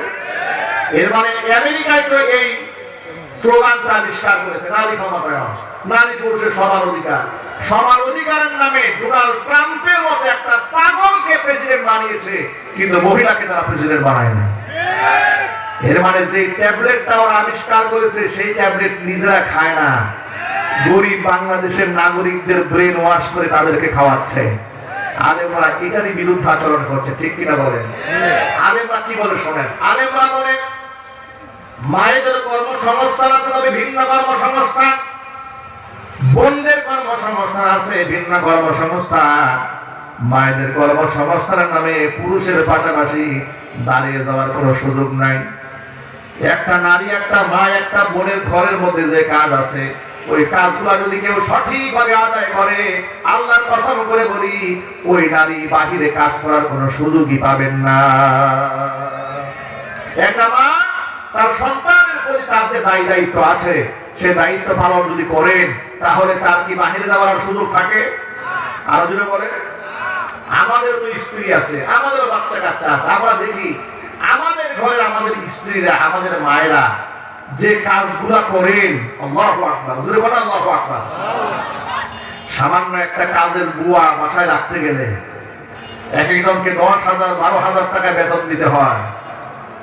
আপনি আপনার স্ত্রী আপনার পেছনে যে শ্রম দেন, আপনার সন্তানদের পেছনে যে ঘাম ঝরান, যে পরিমাণ কষ্ট তিনি করেন, আপনার সেই স্ত্রী তাকে যদি আপনার বেতন দেওয়ার প্রয়োজন হতো তাহলে আপনি আন্দাজ করতে পারেন, আপনি যদি 50,000 টাকা বেতন পান, আপনার স্ত্রী যে কষ্ট করেন তার কষ্টের তুলনায় তাকে মাসে 1 লক্ষ টাকা দিলেও আপনি তার ঋণ শোধ করতে পারতেন না।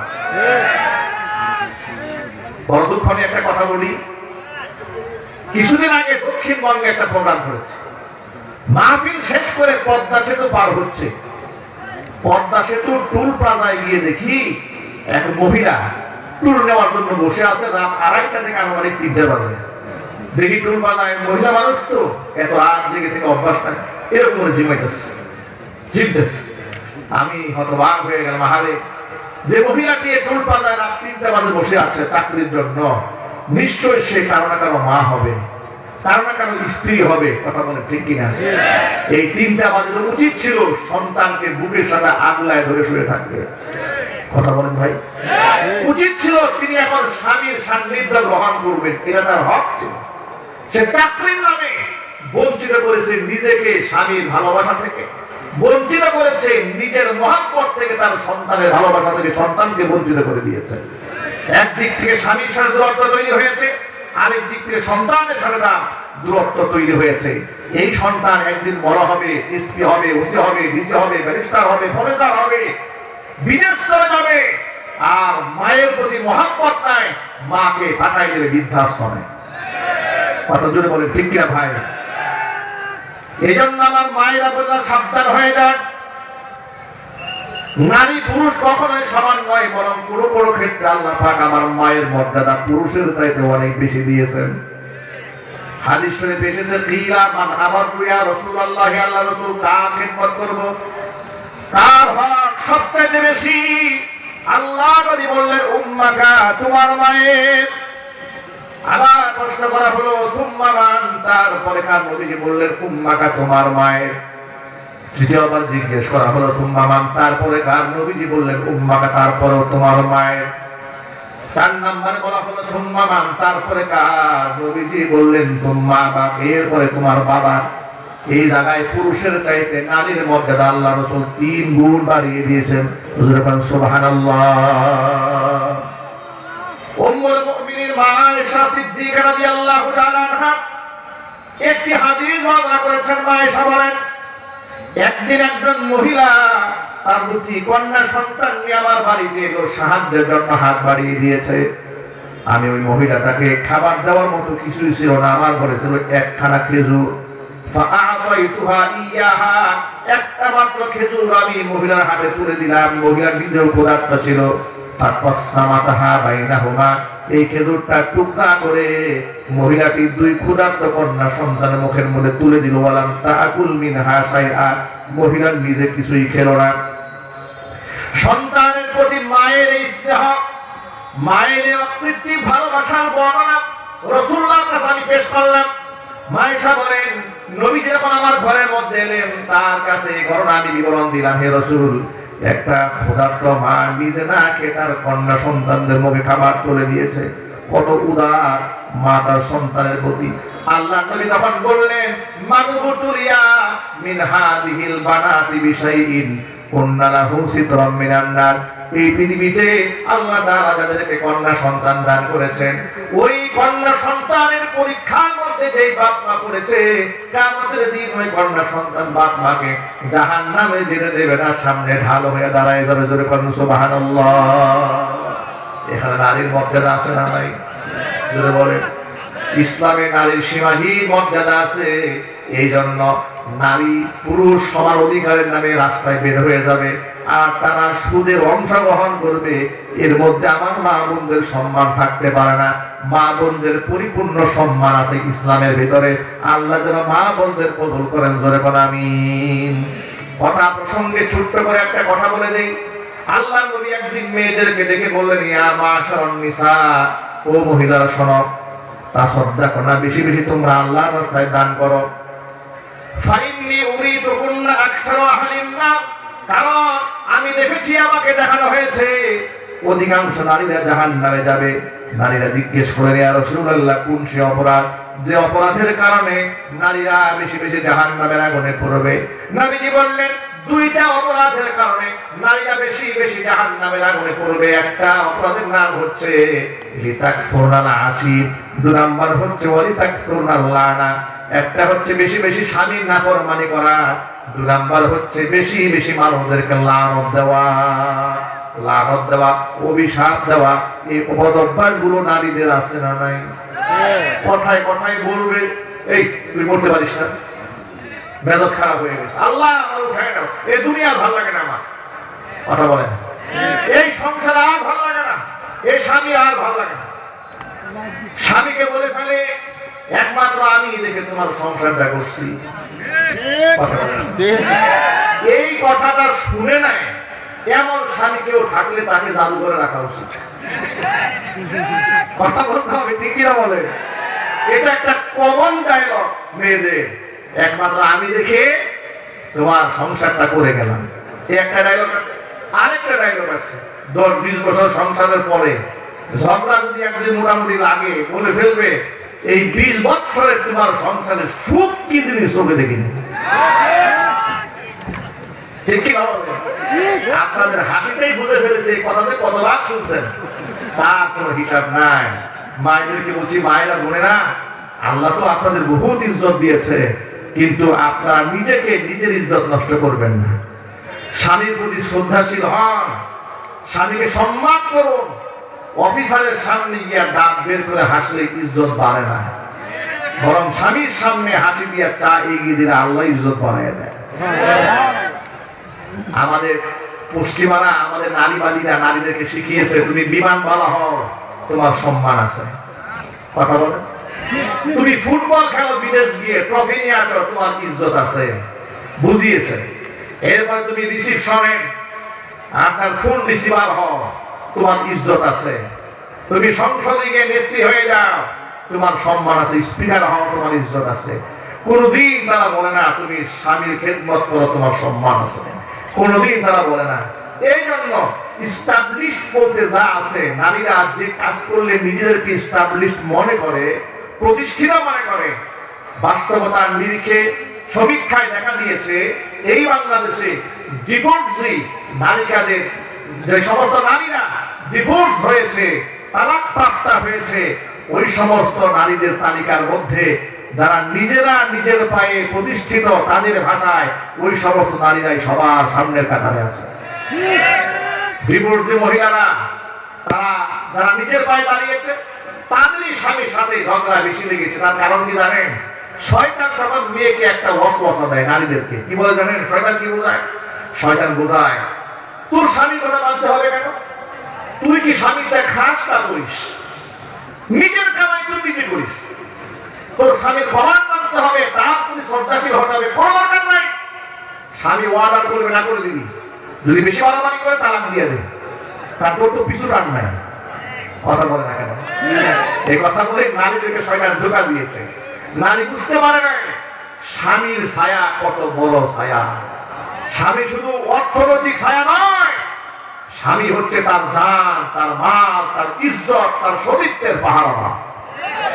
কথা বলে, একটা নারী যতদিন স্বামী থাকে ততদিন তার ইজ্জতের পাহারাদারি থাকে। স্বামী যখন থাকে না, কত মানুষের কত কুপ্রস্তাবের সম্মুখীন একটা নারী হন, এটা ডিভোর্স প্রাপ্তা, তালাক প্রাপ্তা এক নারীর কাছে গিয়ে একান্তে জিজ্ঞেস করবেন। কথা বলছি কি? এটা তো মাইনা করে না, কথা বললা এইদিকে হাত ভাপা বাড়াবেন না, নারীকে অবহেলা করবেন, স্বামীকে অবহেলা করবেন না, অশ্রদ্ধা করবেন না, স্বামীকে সর্বোচ্চ সম্মান করুন। নবী করিম সাল্লাল্লাহু আলাইহি ওয়াসাল্লাম বলেছেন, লাউ কুনতু আমিরান আহাদান আন ইয়াসজুদা লিগাইরিল্লাহ লা আমারতুল মারআতা আন তাসজুদা লিজাওজিহা। যদি এই পৃথিবীতে আল্লাহ ছাড়া গায়রুল্লাহর সামনে সিজদা দেওয়ার হুকুম কাউকে আমি রাসূলুল্লাহ দিতাম, লা আমারতুল মারআতা আন তাসজুদা লিজাওজিহা, নারীদেরকে বলতাম তারা যেন তাদের স্বামীর পায়ে সিজদা দেয়। এরপর আল্লাহর নবী কসম কাটলেন, ওয়াল্লাহি, আল্লাহ রাসূল কসম করে বলছেন, আমি আল্লাহর কসম করে বলি, লা তুআদ্দিল মারআতু হাক্কা রাব্বিহা হাত্তা তুআদ্দি হাক্কা যাওজিহা। একটা নারী ততক্ষণ পর্যন্ত তার রবের হুকুম আদায় করতে পারবে না যতক্ষণ না পর্যন্ত সে নিজে স্বামীর হক আদায় না করতে পারবে। মায়েরা বলে না, স্বামীর ইজ্জত দেন, আল্লাহ ইজ্জত বাড়াই দিবে। কন্যা সুবহানাল্লাহ। খাদিজাতুল কুবরা রাদিয়াল্লাহু তাআলা আনহা নাম শুনেছেন? শুনেন নাই? তিনি কি হন আমাদের? আমাদের কি হন ভাই বলেন না? আমাদের মা হন। আমাদের কি হন? আমাদের মা হন। একদিন আল্লাহর নবী সাল্লাল্লাহু আলাইহি ওয়াসাল্লামের পাশে জিবরাইল আমিন বসে আছেন। এমন সময় মা খাদিজা রাসূলুল্লাহর জন্য খাবার তরিতরকার নিয়ে আসতেছিল। জিবরাইল আমিন বলে, হে রাসূল, আপনার কাছে আমি আর থাকতে পারবো না, আপনার স্ত্রী খাদিজা আসতেছে খাবার নিয়ে। হাদিসটা বুখারী শরীফের হাদিস। ইদা আতাতকা, যখন সে আপনার কাছে আসবে, ফাকরা আলাইহা সালাম মিন রাব্বিহা ওয়া মিন্নি, তখন আপনার স্ত্রী খাদিজাকে আল্লাহর পক্ষ থেকে এবং আমি জিবরাইলের পক্ষ থেকে সালাম জানাইয়া দিবেন। আপনার স্ত্রী খাদিজাকে স্বয়ং আল্লাহ সালাম জানিয়েছেন। ওয়া বাশশিরহা বিবাইতিন ফিল জান্নাতি মিন কাসাবি লা সাহাবা ফীহি ওয়ালা নাসাবা, মনি মুক্তা খচিত এক জান্নাতের সুসংবাদ তাকে দিবেন, যেখানে কোনো আওয়াজ হবে না, সেখানে কোনো কোলাহল হবে না, যেখানে কোনো ক্লান্তি থাকবে না, এমন একটা জান্নাতের সুসংবাদ দেবেন আপনি। কেন এই মর্যাদা দেওয়া হয়েছে? মর্যাদা এই জন্য দেওয়া হয়েছে, নবীজি বলেছেন, আমি যত রাত হোক না কেন ঘরের দরজার মধ্যে একটা বার শুধু আমি নক দিয়েছি, সাথে সাথে আমার খাদিজা আমার জন্য দরজা উন্মুক্ত করে দিয়েছে। সুবহানাল্লাহ। যত সম্পদ ছিল সব সম্পদ স্বামীর পেছনে ইসলামের জন্য ব্যয় করেছে, কোনদিন কুড়া দেয় নাই। সে আবি তালিবে 3 বছর নবীজির সাথে গৃহবন্দী কারাবন্দী অবস্থায় কাটিয়েছেন, গাছের পাতা খেয়ে জীবিকা নির্বাহ করেছেন। একটা বারের জন্য বলেন নাই আমি ছিলাম ধনির দুলালি, একমাত্র আপনার মতো স্বামীর সংসার কারণে আজকে আমার এত কষ্ট হয়েছে। এই জন্য আল্লাহ নবী তার ঋণ শোধ করতে পারেন নাই। জীবদ্দশায় আল্লাহকে ডেকে বলতেন, রব্বুল আমিন, খাদিজাকে আমি দুনিয়া থেকে হারিয়ে ফেলেছি, কালকে আমাদের ময়দানে আমি যেন আমার খাদিজাকে না হারায় যাই। এইভাবে রাসূলুল্লাহ সাল্লাল্লাহু আলাইহি সাল্লাম স্ত্রী খাদিজার জন্য দোয়া করেছেন। আমার মায়েরা বোনেরা, স্বামীর সেবা করেন, স্বামীকে শ্রদ্ধা করেন, আল্লাহ পাক ইজ্জত বাড়ায় দিবে। আপনি মায়ের জাত, আপনার ব্যাপারে হাদিস বলেছে, আল জান্নাতু তাহতা আকদামিল উম্মাহাত, মায়ের পায়ের নিচেই সন্তানের জান্নাত। যুবকেরা, মায়েদেরকেও সম্মান দেওয়ার দরকার আমাদের আছে না নাই? আছে। শুধুমাত্র আমাদের স্ত্রী আমাদেরকে ইজ্জত দেবে, সম্মান দেবে, আর আমরা আমাদের স্ত্রীদের সাথে দাস দাসের আচরণ করবো, এটা যেন আবার না হয়। আমার নবী সাল্লাল্লাহু আলাইহি ওয়াসাল্লাম স্ত্রীকে কখনো মারেননি, আঘাত করেননি, গান বন্ধ করেননি, অশ্লীল বাক্য বাড়িতে উচ্চারণ করেননি। অথচ এমন স্বামীও আছে দাসীর মতো আচরণ করে বউর সাথে, আছে না নাই? হারাম। জুড়ে বলেন কি? আঘাত দিয়ে ক্ষতবিক্ষত করা, রক্তাক্ত করা, গায়ের মধ্যে দাগ লাগিয়ে ফেলা হালাল না হারাম? কিন্তু এই আমলটা আমরা অনেক সময় ভুলে যায়। অকথ্য ভাষায় স্ত্রীদেরকে গাল বন্ধ করি। আল্লাহ পাক যেন আমার মা বোনদেরকে বোঝার তৌফিক দান করেন, আমার ভাইদেরকেও আল্লাহ বোঝার তৌফিক দান করেন। জোরে করে আল্লাহুম্মা আমিন। কথা প্রসঙ্গে কথা অনেক লম্বা হয়ে গেছে। আমি যেদিকে বলতে চেয়েছিলাম সেটা হচ্ছে, অনেক সময় ক্ষুদ্র ঋণের নামে আমার মা বোনদেরকে পয়সা বাড়ি দেওয়া হয়। আমার মা বোনরা আজকের পর থেকে কোনো সুদ গ্রহণ করবে না। বলেন ইনশাআল্লাহ? বলেন না ইনশাআল্লাহ? আমার কোনো ভাইরা সুদ খাবে না, সুদ দেবে না, ঘুষ খাবে না, ঘুষ দেবে না। আমার ভাইরা কি ওয়াদা করতে পারবে ইনশাআল্লাহ? আসহাবুল কাহফের সদস্যদের মতো আল্লাহ যেন আমাদেরকে কবুল করেন। জোরে বলেন আমিন। দেখেন ভাইরা, এই তরুণগুলো 309 বছর পরে ঘুম ভেঙেছে। ঘুম ভাঙার পরে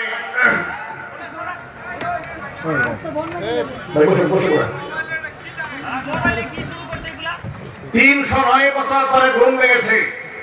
খাবার কেনার জন্য বাজারে পাঠিয়েছে, বলছে সাবধানে খাবার নিয়ে আসবা, হক হালাল দেখে নিয়ে আসবা, হারাম খাবার নিয়ে আসবা না। মনে আছে তো আপনাদের? আছে। আলোচনা কি শেষ করবো না কিছু করতে হবে? এরপরে আসহাবুল কাহফের সদস্যদের মধ্যে একজন চলে গেল বাজারে, টাকা নিয়ে গেছে 309 বছর আগের টাকা। সুবহানাল্লাহ। বাজারে গিয়ে ডান বাম টাকা একটু ভয় ভয় আছে, না জানি বাচ্চা লোকের আমাদের দেখে ফেলে নাকি, নাকি কেউ ধরে ফেলে নাকি, নাকি আমাদের ছিঁড়ে ফেলে নাকি, নানান টেনশন আছে। বাজারে যাওয়ার পরে খুব নিজেকে একেবারে মানুষের কাছ থেকে আড়াল করে করে যতটা রাখা যায় রাখার চেষ্টা করলেন। দোকানদারের কাছ থেকে সীমিত খাবার কিনলেন, কেনার পরে টাকা দিয়েছে দোকানদারের হাতে। দোকানদার হাতে টাকা নিয়ে অবাক হয়ে গেছে, এটা আমার কি দিল এই লোক আমার হাতে। দোকানদারে তো এই টাকার সাথে কোনো পরিচয় নাই। কি বলেন আপনারা? আজ থেকে 100 বছর আগের টাকার সাথে কি আমাদের পরিচয় আছে? 309 বছর আগের টাকা। এই দোকানদারে এই টাকার সাথে কোনো সম্পর্ক নাই। দোকানদারের হাতে টাকা দেখে বলছে, আচ্ছা আপনি আমাকে কি দিলেন? এটা ওর কেন টাকা দিয়েছি? কিসের টাকা? এই টাকা করতে পেলেন আপনি? সে ভয় পেয়ে গেছে, মনে করছে যে চিনে ফেলছে মনে হয়। তা না হলে এরকম ভাগ বিতরণ করছে না। এক কথা এরকম কথা, মানুষজন সব জমা হয়ে গেছে। এরপরে জিজ্ঞেস করে এই টাকার উৎস কি, পেলে কোথায়? তখন যুবকেরা কাহিনী বলা শুরু করলো যে এই অবস্থা, এই টাকাটা এখানকার টাকা। তখন দোকানদার এবং এলাকার মানুষ বলা বলি শুরু করলো, হ্যাঁ নাজিলকৃত কিতাবে আমরা তো এরকম একটা ঘটনা পড়েছিলাম, ঈমান রক্ষার জন্য একদল তরুণ শত বছর আগে বাড়ি ঘর থেকে বের হয়ে গিয়েছিল। আল্লাহু আকবার বলেন। কিন্তু সেই তরুণরা যে আপনারা, এ তো অকল্পনীয় ব্যাপার, অবাক বিষয়। এই সংবাদ চলে গেল বাদশার কাছে। ওই বাদশা সেই বাদশা নয়, তখন বাদশা ছিল ইমানদার বাদশা। যুবকদের বলা হলো, তোমাদের ভয়ের কোনো কারণ নাই, বরং এখন যে বাচ্চার ভয়ে তোমরা পালিয়েছিলে সে মারা গেছে, তার 14 গোষ্ঠী মারা গেছে, ওদের নাতিপুতিও মারা গেছে, 3 শতাব্দী পার হয়ে গেছে, আর এখন আসছো তোমরা তাদের ভয়ের কোনো কারণ নাই। বাদশা কানে আওয়াজ দিল, বাদশা আসলেন। বাচ্চাদেরকে প্রস্তাব করলেন যে আপনারা আমার সিংহাসনে চলেন, রাজ দরবারে মেহমান হিসেবে জীবনের শেষ সময়টা আপনারা কাটাবেন। যুবকগুলা প্রস্তাব প্রত্যাখ্যান করে বলছে, বাদশা সংসার সমাজ আর দুনিয়া ত্যাগ করেছিস 309 বছর আগে। এত বছর আগে যেহেতু সংসার ত্যাগ করে দিয়েছি, দুনিয়া ত্যাগ করে দিয়েছি, ইউ টার্ন করে আবার নতুন করে দুনিয়ায় ফিরে যেতে চায় না। যে কয়েকদিন আল্লাহ হায়াত দান করেন, গুহার মধ্যে থাকে, রবের ইবাদত করে করে আমরা দুনিয়া থেকে বিদায় হয়ে যেতে চাই। মুফাসসিরিন কিরামরা লিখেছেন, আর লম্বা সময় তারা জীবিত থাকেন নাই, হায়াত পান নাই। 309 বছর পরে ঘুম থেকে ওঠার পরে সামান্য অল্প কিছু সময় তারা বেঁচে ছিলেন। আল্লাহ পাকের পক্ষ থেকে মালাকুল মাউত এসে তাদের জানগুজাকে কবজ করে নিয়ে যায়। এখন এই যুবকদেরকে কবরে মাদফন করা হলো। এই জায়গাটাকে সংরক্ষণ করা হবে কিভাবে, এটা নিয়ে বিতর্ক সৃষ্টি হলো। কোরআন বলছে, ইদ ইয়াতানাযাউনা বাইনাহুম আমরাহুম ফাকালু বুনু আলাইহিম বুনিয়ানা। কেউ কেউ বলছে যে এখানে একটা দেয়াল নির্মাণ করা হোক, একটা খুঁটি বানানো হোক, যে খুঁটির মধ্যে তাদের নাম লেখা থাকবে, স্মরণীয় হয়ে থাকবে যুগ যুগ ধরে। আবার কেউ কেউ বললো যে না, রব্বুহুম আ'লামু বিহিম। তাদের কেউ কেউ বললো, লাতাখিদান্না আলাইহিম মাসজিদা ক্বালাল্লাযীনা গালাবু আলা আমরিহিম। যাদের সিদ্ধান্ত চূড়ান্ত হলো, যারা সিদ্ধান্তে জয় লাভ করলো, তারা বললো আমরা অবশ্যই এখানে দেয়াল বা মিনার নির্মাণ করবো না, আমরা এখানে তাদেরকে স্মরণীয় রাখার জন্য একটা মসজিদ বানাবো। সুবহানাল্লাহ। এবার সেখানে মসজিদ নির্মাণ করা হলো, শিলালিপিতে তাদের নামটা লিখে দেওয়া হলো। প্রশ্ন হলো, এই ঘটনা কোন দেশে ঘটেছে? ঐতিহাসিকদের মধ্যে এখানে বিরাট বিতর্ক আছে। মুআররিখিন, ঐতিহাসিক কেউ কেউ বলেছেন যে এই ঘটনা তুরস্কে ঘটেছে, আবার কেউ কেউ বলেছেন যে না, এটা জর্ডানে ঘটেছে। কারণ তুরস্কেও এরকম একটা গোড়া পাওয়া যায়, জর্ডানে পাওয়া যায়। মূল ঘটনা কোথায় ঘটেছে এটা একমাত্র ভালো কে জানেন? আল্লাহ পাক ভালো জানেন। কোথায় ঘটেছে সেটা আমাদের আলোচনার মূল প্রতিপাদ্য বিষয় নয়। আমাদের আলোচনার মূল প্রতিপাদ্য বিষয় হচ্ছে, একদল তরুণ ঈমান রক্ষা করার জন্য ঘর ছেড়েছিলেন, বাড়ি ছেড়েছিলেন, দুনিয়া ছেড়েছিলেন, বাতিলের সামনে মাথা নত করেন নাই। আজকে সেই তরুণ প্রজন্মের ভাইরা কোরআন কারীমের মাহফিল আয়োজন করেছেন। এই তরুণ প্রজন্মের ভাইরা যদি ইসলামের সপক্ষে ভূমিকা রাখতে পারেন, ইসলাম বিজয় করা শুধু সময়ের ব্যাপার মাত্র, ইনশাআল্লাহ। যুবকেরা আসহাবুল কাহফের অনুসারী হয়ে ঈমানের ব্যাপারে কোনো কম্প্রোমাইজ না করে বাতিলের রক্তচক্ষুর সামনে দাঁড়িয়ে ঈমানের স্লোগান দিতে কি প্রস্তুত আছেন? ইনশাআল্লাহ। আরো জোরে বলুন, আল্লাহ যেন কবুল করেন। মনে রাখবেন, যারা আল্লাহর পথে চলে, আল্লাহর কথা বলে, তাদের কোনো ভয় নাই। যারা আল্লাহর পথে চলে, আল্লাহর কথা বলে, আল্লাহকে ভালোবেসে সপেছে জীবন, তাদের কিসের ভয়, কে করে পরাজয়, শহীদি তামান্নাতে নাচে তার মন। যারা আল্লাহর পথে চলে, আল্লাহর কথা বলে, আল্লাহকে ভালোবেসে সপেছে জীবন, তাদের কিসের ভয়, কে করে পরাজয়, শহীদি তামান্নাতে নাচে তার মন। হাসনা হিনার গানে ভুলে না হৃদয় তার, কালিমার মিষ্ক মাখা হৃদয় রয়েছে যার। হাসনা হিনার গানে ভুলে না হৃদয় তার, কালিমার মিষ্ক মাখা হৃদয় রয়েছে যার। সব পিছুটান ভুলে জিহাদের পথে চলে, সব পিছুটান ভুলে জিহাদের পথে চলে, সে তো তার ঈমান বলে। যারা আল্লাহর পথে চলে, আল্লাহর কথা বলে, আল্লাহকে ভালোবেসে সপেছে জীবন, তাদের কিসের ভয়, কে করে পরাজয়, শহীদি তামান্নাতে নাচে তার মন। ঠিক কিনা বলেন? যারা আল্লাহর পথে চলে তাদের কোনো ভয় আছে? তাদের সাহায্যকারীকে জোরে বলেন। প্রিয় ভাইরা, যতবার উত্তরবঙ্গে এসেছি, ততবার উত্তরবঙ্গের আমার কিছু মুহিব্বিন ভাইরা বলেছেন, হুজুর আপনার লিখিত একটা বই আমরা অনলাইনে দেখেছি, কিন্তু বইটা আমরা পাইনি। যখন নেক্সট টাইম আসবেন বইটা নিয়ে আসবেন। বইটার মধ্যে বিশেষত্ব হচ্ছে যে রমজান কেন্দ্রিক বইটা লেখা হয়েছে, আধুনিক পদ্ধতির রমজানের মাসাইল।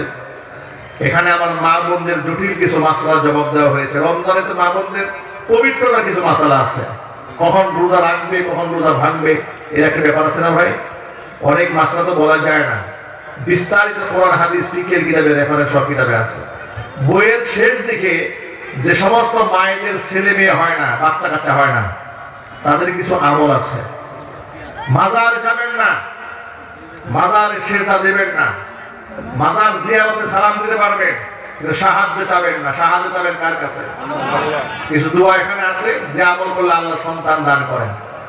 ঋণগ্রস্ত, ঋণের বোঝা ভারী হয়ে গেছে, কারো পায়ে সেজদা দেওয়ার দরকার নাই, দোয়া করেন। কিছু দোয়া এখানে লিখে দিয়েছি, আমল করেন, আল্লাহ ঋণের বোঝা হালকা বাড়াই দিবেন। ব্যবসা বাণিজ্যে উন্নতি হচ্ছে না, পেরেশান, সব আছে কিন্তু পেরেশানি দূর হয় না, মনে শান্তি নাই। আল্লাহর কিছু জিকির আছে যেগুলা করলে ব্যবসায় আল্লাহ বারাকা দান করেন, ফসলে আল্লাহ বরকত দান করেন। এগুলা আমল করার দরকার ভাই আছে না নাই? এই আমলের বইগুলো ইনশাআল্লাহ পাবেন। স্টেজে কি আছে নাকি? স্টেজে অল্প কিছু বই আছে, আমাদের ড্রাইভার সাহেবের সাথে যোগাযোগ করে আপনারা বইগুলো সংগ্রহ করতে পারবেন। মাত্র 100 টাকা হাদিয়া। আমি চাই শুধুমাত্র ইলম কালাম যেগুলো আমরা বয়ানে বলি, এগুলো তো সাময়িক, পরে ভুলে যেতে হয়। কিছু বই নিজের ঘরে থাকলে সারা জীবন আমল করা যায়। ইসলামিক একটা লাইব্রেরি প্রত্যেকটা ঘরে থাকার দরকার আছে না ভাই? মুসলমান হিসেবে আমাদের প্রত্যেকের ঘরে কোরআন কারীমের তরজমা, কোরআন কারীমের তাফসীর, বিষয়ভিত্তিক হাদিস, এগুলো আপনারা ঘরে রাখবেন। তাহলে সন্তান গাঁজাখোর হবে না, মদখোর হবে না, টিকটকার হবে না, আল্লাহর ওলি হবে। ঠিক কিনা জোরে বলেন? উম্মতের হেদায়েতের জন্য কিতাবটা আল্লাহ কবুল করেন। আপনাদেরকে একটা সুসংবাদ দিয়ে দেই, এই কিতাবের একদম কাভার পেজের লাস্টে আমার ব্যক্তিগত হোয়াটসঅ্যাপ পার্সোনাল মোবাইল নাম্বার দেওয়া আছে। শারীরিক কোনো ওজরে আপনারা ইনশাআল্লাহ এই নাম্বারে সরাসরি আমার সাথে কথাও বলতে পারবেন। আল্লাহ তাআলা যেন উম্মার হেদায়েতের জন্য কিতাবখানা কবুল করে নেন। চিৎকার দিয়ে আল্লাহুম্মা আমিন। আমি মন থেকে উত্তরবঙ্গের ইউটিউব চ্যানেলের মালিক যারা, এর কলা কৌশলী যারা আছেন, ইউটিউবার ভাইরা আছেন, তাদের জন্য অন্তরে অন্তঃস্থল থেকে দোয়া করি আল্লাহ পাক যেন তাদের এই শ্রমকে, তাদের এই ঘামকে কবুল করে নেন। জোরে বলেন আল্লাহুম্মা আমিন। এই যে আজকে যারা আমাকে এখানে দাওয়াত দিয়েছেন, ইউটিউবে বয়ান শুনেই তো আপনারা আমাকে সিলেক্ট করেছেন নাকি? সরাসরি অনেকেই দেখেন নাই, কিন্তু প্রশ্ন হলো কিভাবে আপনারা পেলেন? আমাদের ইউটিউবার ভাইরা তারা আমাদের বয়ানগুলো রেকর্ড করেন। এই প্রচন্ড শীতের রাত 12টা, 1টা, 2টা, 3টা বাজে তারা রেকর্ড করে, বাসায় গিয়ে রাত 2:30, 3টা বাজে ঘুমায় না, আবার এগুলো বসে এডিটিং করে, দিনের বেলা আবার সফর শুরু করে। এত পরিশ্রম করে তারা কাজ করে, তাদের জন্য দোয়া করবেন, তাদেরকে সাপোর্ট দিবেন। আর ইউটিউবার ভাইদের প্রতি বিনীত অনুরোধ, এমন কোন থাম্বনেল ব্যবহার করবেন না যার মধ্যে সামাজিক বিশৃঙ্খলা হতে পারে। এমন কোন বক্তৃতা কাটপিস করবেন না যে আগের কথা বাদ দিলে পরে কথা মিসিং হতে পারে, মানুষ মিসগাইড হতে পারে। এই ধরনের কথা থেকে, প্রচার থেকে বিরত থাকবেন। আল্লাহ পাক আপনাদেরকে দুনিয়া এবং আখিরাতে সম্মানিত করুন। সকলে বলুন আল্লাহুম্মা আমিন। প্রশ্ন এসেছে, হুজুর বিশ্ব জাকির মঞ্জিলে যাওয়া যাবে কিনা একটু বলবেন। এরা তো আপনারা বয়ানে ইসরায়েল মোটামুটি ইতিমধ্যে বুঝে ফেলেছেন। কি বলেন আপনারা, যাওয়া যাবে? হ্যাঁ, না, সেখানে তাদের আকীদাগত মারাত্মক সমস্যা আছে, অসংখ্য ভণ্ডামি আছে, অনেক শিরিক বেদাত আছে। যেখানে এত শিরিক বেদাত থাকে, ভণ্ডামি থাকে, সেখানে মুসলমানরা যেতে পারে না। আল্লাহ তাআলা সকলকে হেফাজত করেন। আছে বই আছে, বই গাড়িতে পর্যাপ্ত বই আছে, ইনশাআল্লাহ আপনারা সংগ্রহ করতে পারবেন। দুরূদ শরীফ পড়েন, আল্লাহুম্মা সাল্লি আলা মুহাম্মাদি ওয়া আলা আলি মুহাম্মাদ কামা সাল্লাইতা আলা ইব্রাহিম ওয়া আলা আলি ইব্রাহিম ইন্নাকা হামিদুম মাজিদ। اللهم بارك على محمد وعلى آل محمد كما باركت على إبراهيم وعلى آل إبراهيم إنك حميد مجيد। ভাইরা, আপনাদের জন্য একটা সুসংবাদ দিয়ে দিচ্ছি। আপনাদের পার্শ্ববর্তী এলাকার ঝাড়বাড়ি, কি বাড়ি? এই তো আসলে দেখেন না, মাশাআল্লাহ, ঝাড়বাড়ি হাফিজিয়া কওমিয়া আবাসিক মাদ্রাসা লিল্লাহ বোর্ডিং ও এতিমখানার উদ্যোগে হাফেজ ছাত্রদের পাগড়ি প্রদান উপলক্ষে 2 দিন ব্যাপী ঐতিহাসিক তাফসীর কোরআন মাহফিলের প্রথম দিবস 15ই ডিসেম্বর আমি ইনশাআল্লাহ সেখানে তাফসীর পেশ করব ইনশাআল্লাহ। দাওয়াত থাকলো কয় তারিখে ভাই? আগামী 15ই ডিসেম্বর। এবং দ্বিতীয় দিন থাকবেন মাওলানা রুহুল আমিন যুক্তিবাদী, তিনি থাকবেন দ্বিতীয় দিনে। আপনারা দুটো দিনে সেই মাহফিল থাকার চেষ্টা করবেন। আল্লাহ তাআলা সেই মাহফিলকে সফল করেন, কবুল করেন, মঞ্জুর করেন। জোরে বলেন আল্লাহুম্মা আমিন। এখানে বাবা মারা গেছে, বাবার জন্য একটা কোরআন খতম করা হয়েছে। বাবার জন্য একটু দোয়া, দয়ায় ছেলে মেয়েদের লেখাপড়া কঠিন লেখা লিখেছে। আচ্ছা, আমরা দোয়া করি। এক ভাই দোয়া চেয়েছে বাবা মার জন্য, বাবা মারা গেছে, আল্লাহ তাআলা জান্নাতুল ফিরদাউস দান করে। সকলে বলেন আল্লাহুম্মা আমিন। আস্তাগফিরুল্লাহ। আজান শুনতে যাচ্ছে, আজান বক্তব্য করতে যাচ্ছে, মায়ের জন্য একটু দোয়া করে দিন। দোয়া করে দিন, মায়ের শুনতে যাচ্ছে।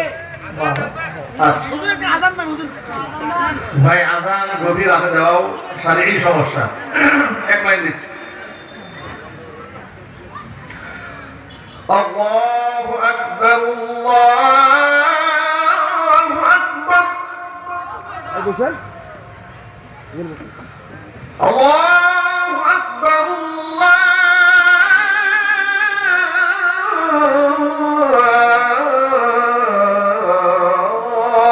আল্লাহু আকবার।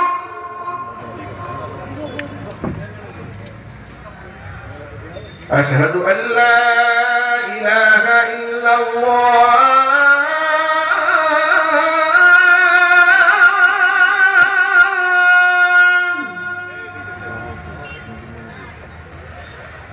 أشهد أن لا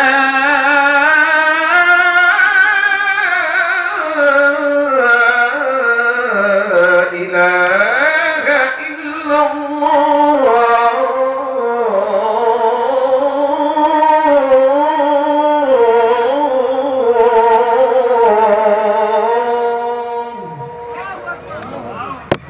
আজানের ধ্বনি ঠিক গভীর রাতে এতটুকু, রাত এখন 12টা বাজে, মাইকের আওয়াজ অনেক দূরে চলে যাচ্ছে। যারা ঘুমায় গেছিল সব লাফ দিয়ে বসছে, যে মনে হয় ফজর ওয়াক্ত হয়ে গেছে। যাই হোক, আজানের এই সুরের প্রতি আল্লাহ পাক যে আকর্ষণ দিয়েছেন, আল্লাহ তাআলা নামাজের প্রতি আকর্ষণ আরো বাড়ায় দেন। সকলে বলেন আল্লাহুম্মা আমিন। আলহামদুলিল্লাহি রাব্বিল আলামিন। রব্বানা যালামনা আনফুসানা ওয়া ইল্লাম তাগফির লানা ওয়া তারহামনা লানাকুনান্না মিনাল খাসিরিন। ربنا لا تزغ قلوبنا بعد إذ هديتنا وهب لنا من لدنك رحمة إنك أنت الوهاب. ربنا فاغفر لنا ذنوبنا وكفر عنا سيئاتنا وتوفنا مع الأبرار. رب العالمين গভীর রজনী পর্যন্ত কোরআন সুন্নাহ থেকে আলোচনা করে বড় আশা নিয়ে তোমার শাহী দরবারে হাত দুখানা বাড়িয়ে দিয়েছে। মেহেরবানি করে আলোচনার ভুল বেয়াদবি ক্ষমা করে সওয়াবের হাদিয়াটুকু কবুল করে মঞ্জুর করে সোনার মদিনায় তোমার হাবিবের রওজা মুবারকে পৌঁছিয়ে দাও। তামাম পৃথিবীর মাটির নিচে যত মুমিন মুমিনাত মুসলিমাত চিরবিদায় হয়ে চলে গেছেন, তাদের আরওয়াহের উপর সওয়াবের হাদিয়াগুলো পৌঁছিয়ে দাও। আমাদের মা বাবা যাদের দুনিয়ার জমিন থেকে চলে গেছেন, মা বাবার কবরগুলোকে জান্নাতের টুকরায় পরিণত করে দাও। আত্মীয় স্বজনের কবর আযাব কিয়ামত পর্যন্ত বন্ধ করে দাও। টাকা দিয়ে, পয়সা দিয়ে, বুদ্ধি, শ্রম, সময় দিয়ে এই জান্নাতের বাগান যারা সাজিয়েছে, দূর দরাজ থেকে শোনার জন্য যারা এসেছেন, খালি হাতে কাউকে ফিরাই দিও না, সকলকেই বেগুনা মাসুম হিসেবে কবুল করে নাও। রব্বুল আলামিন, যুবক ভাইরা শ্রম দিয়েছেন, ঘাম ঝরিয়েছেন, মিডিয়া কর্মীরা কষ্ট করেছেন, মেহেরবানি করে তাদেরকে আসহাবুল কাহফের সদস্যদের মতো টাটকা ইমানদার বানিয়ে দাও। অত্র এলাকার সমস্ত মুর্জিগানের কবর আযাবকে আল্লাহ মাফ করে দাও। বৃদ্ধ বাবাদের নেক হায়াত দারাজ করে দাও। পর্দার অন্তরালে মা বোনেরা বয়ান শুনেছেন, মা বোনদের মাফ করে দাও। নিঃসন্তানী মাকে সন্তান দান করো। স্বামী স্ত্রীর মধ্যে মহাব্বত না থাকলে মহাব্বত পয়দা করে দাও। কিয়ামতের দিন মুসিবতের সময় মানুষ যেদিন পানি পানি বলে চিৎকার মারতে থাকবে, তোমার হাবিবের হাতে হাউজে কাউসারের ফয়সালা করে দাও। তোমার হাবিবের শাফাআত আমাদের সকলের জন্য ওয়াজিব বানিয়ে দাও।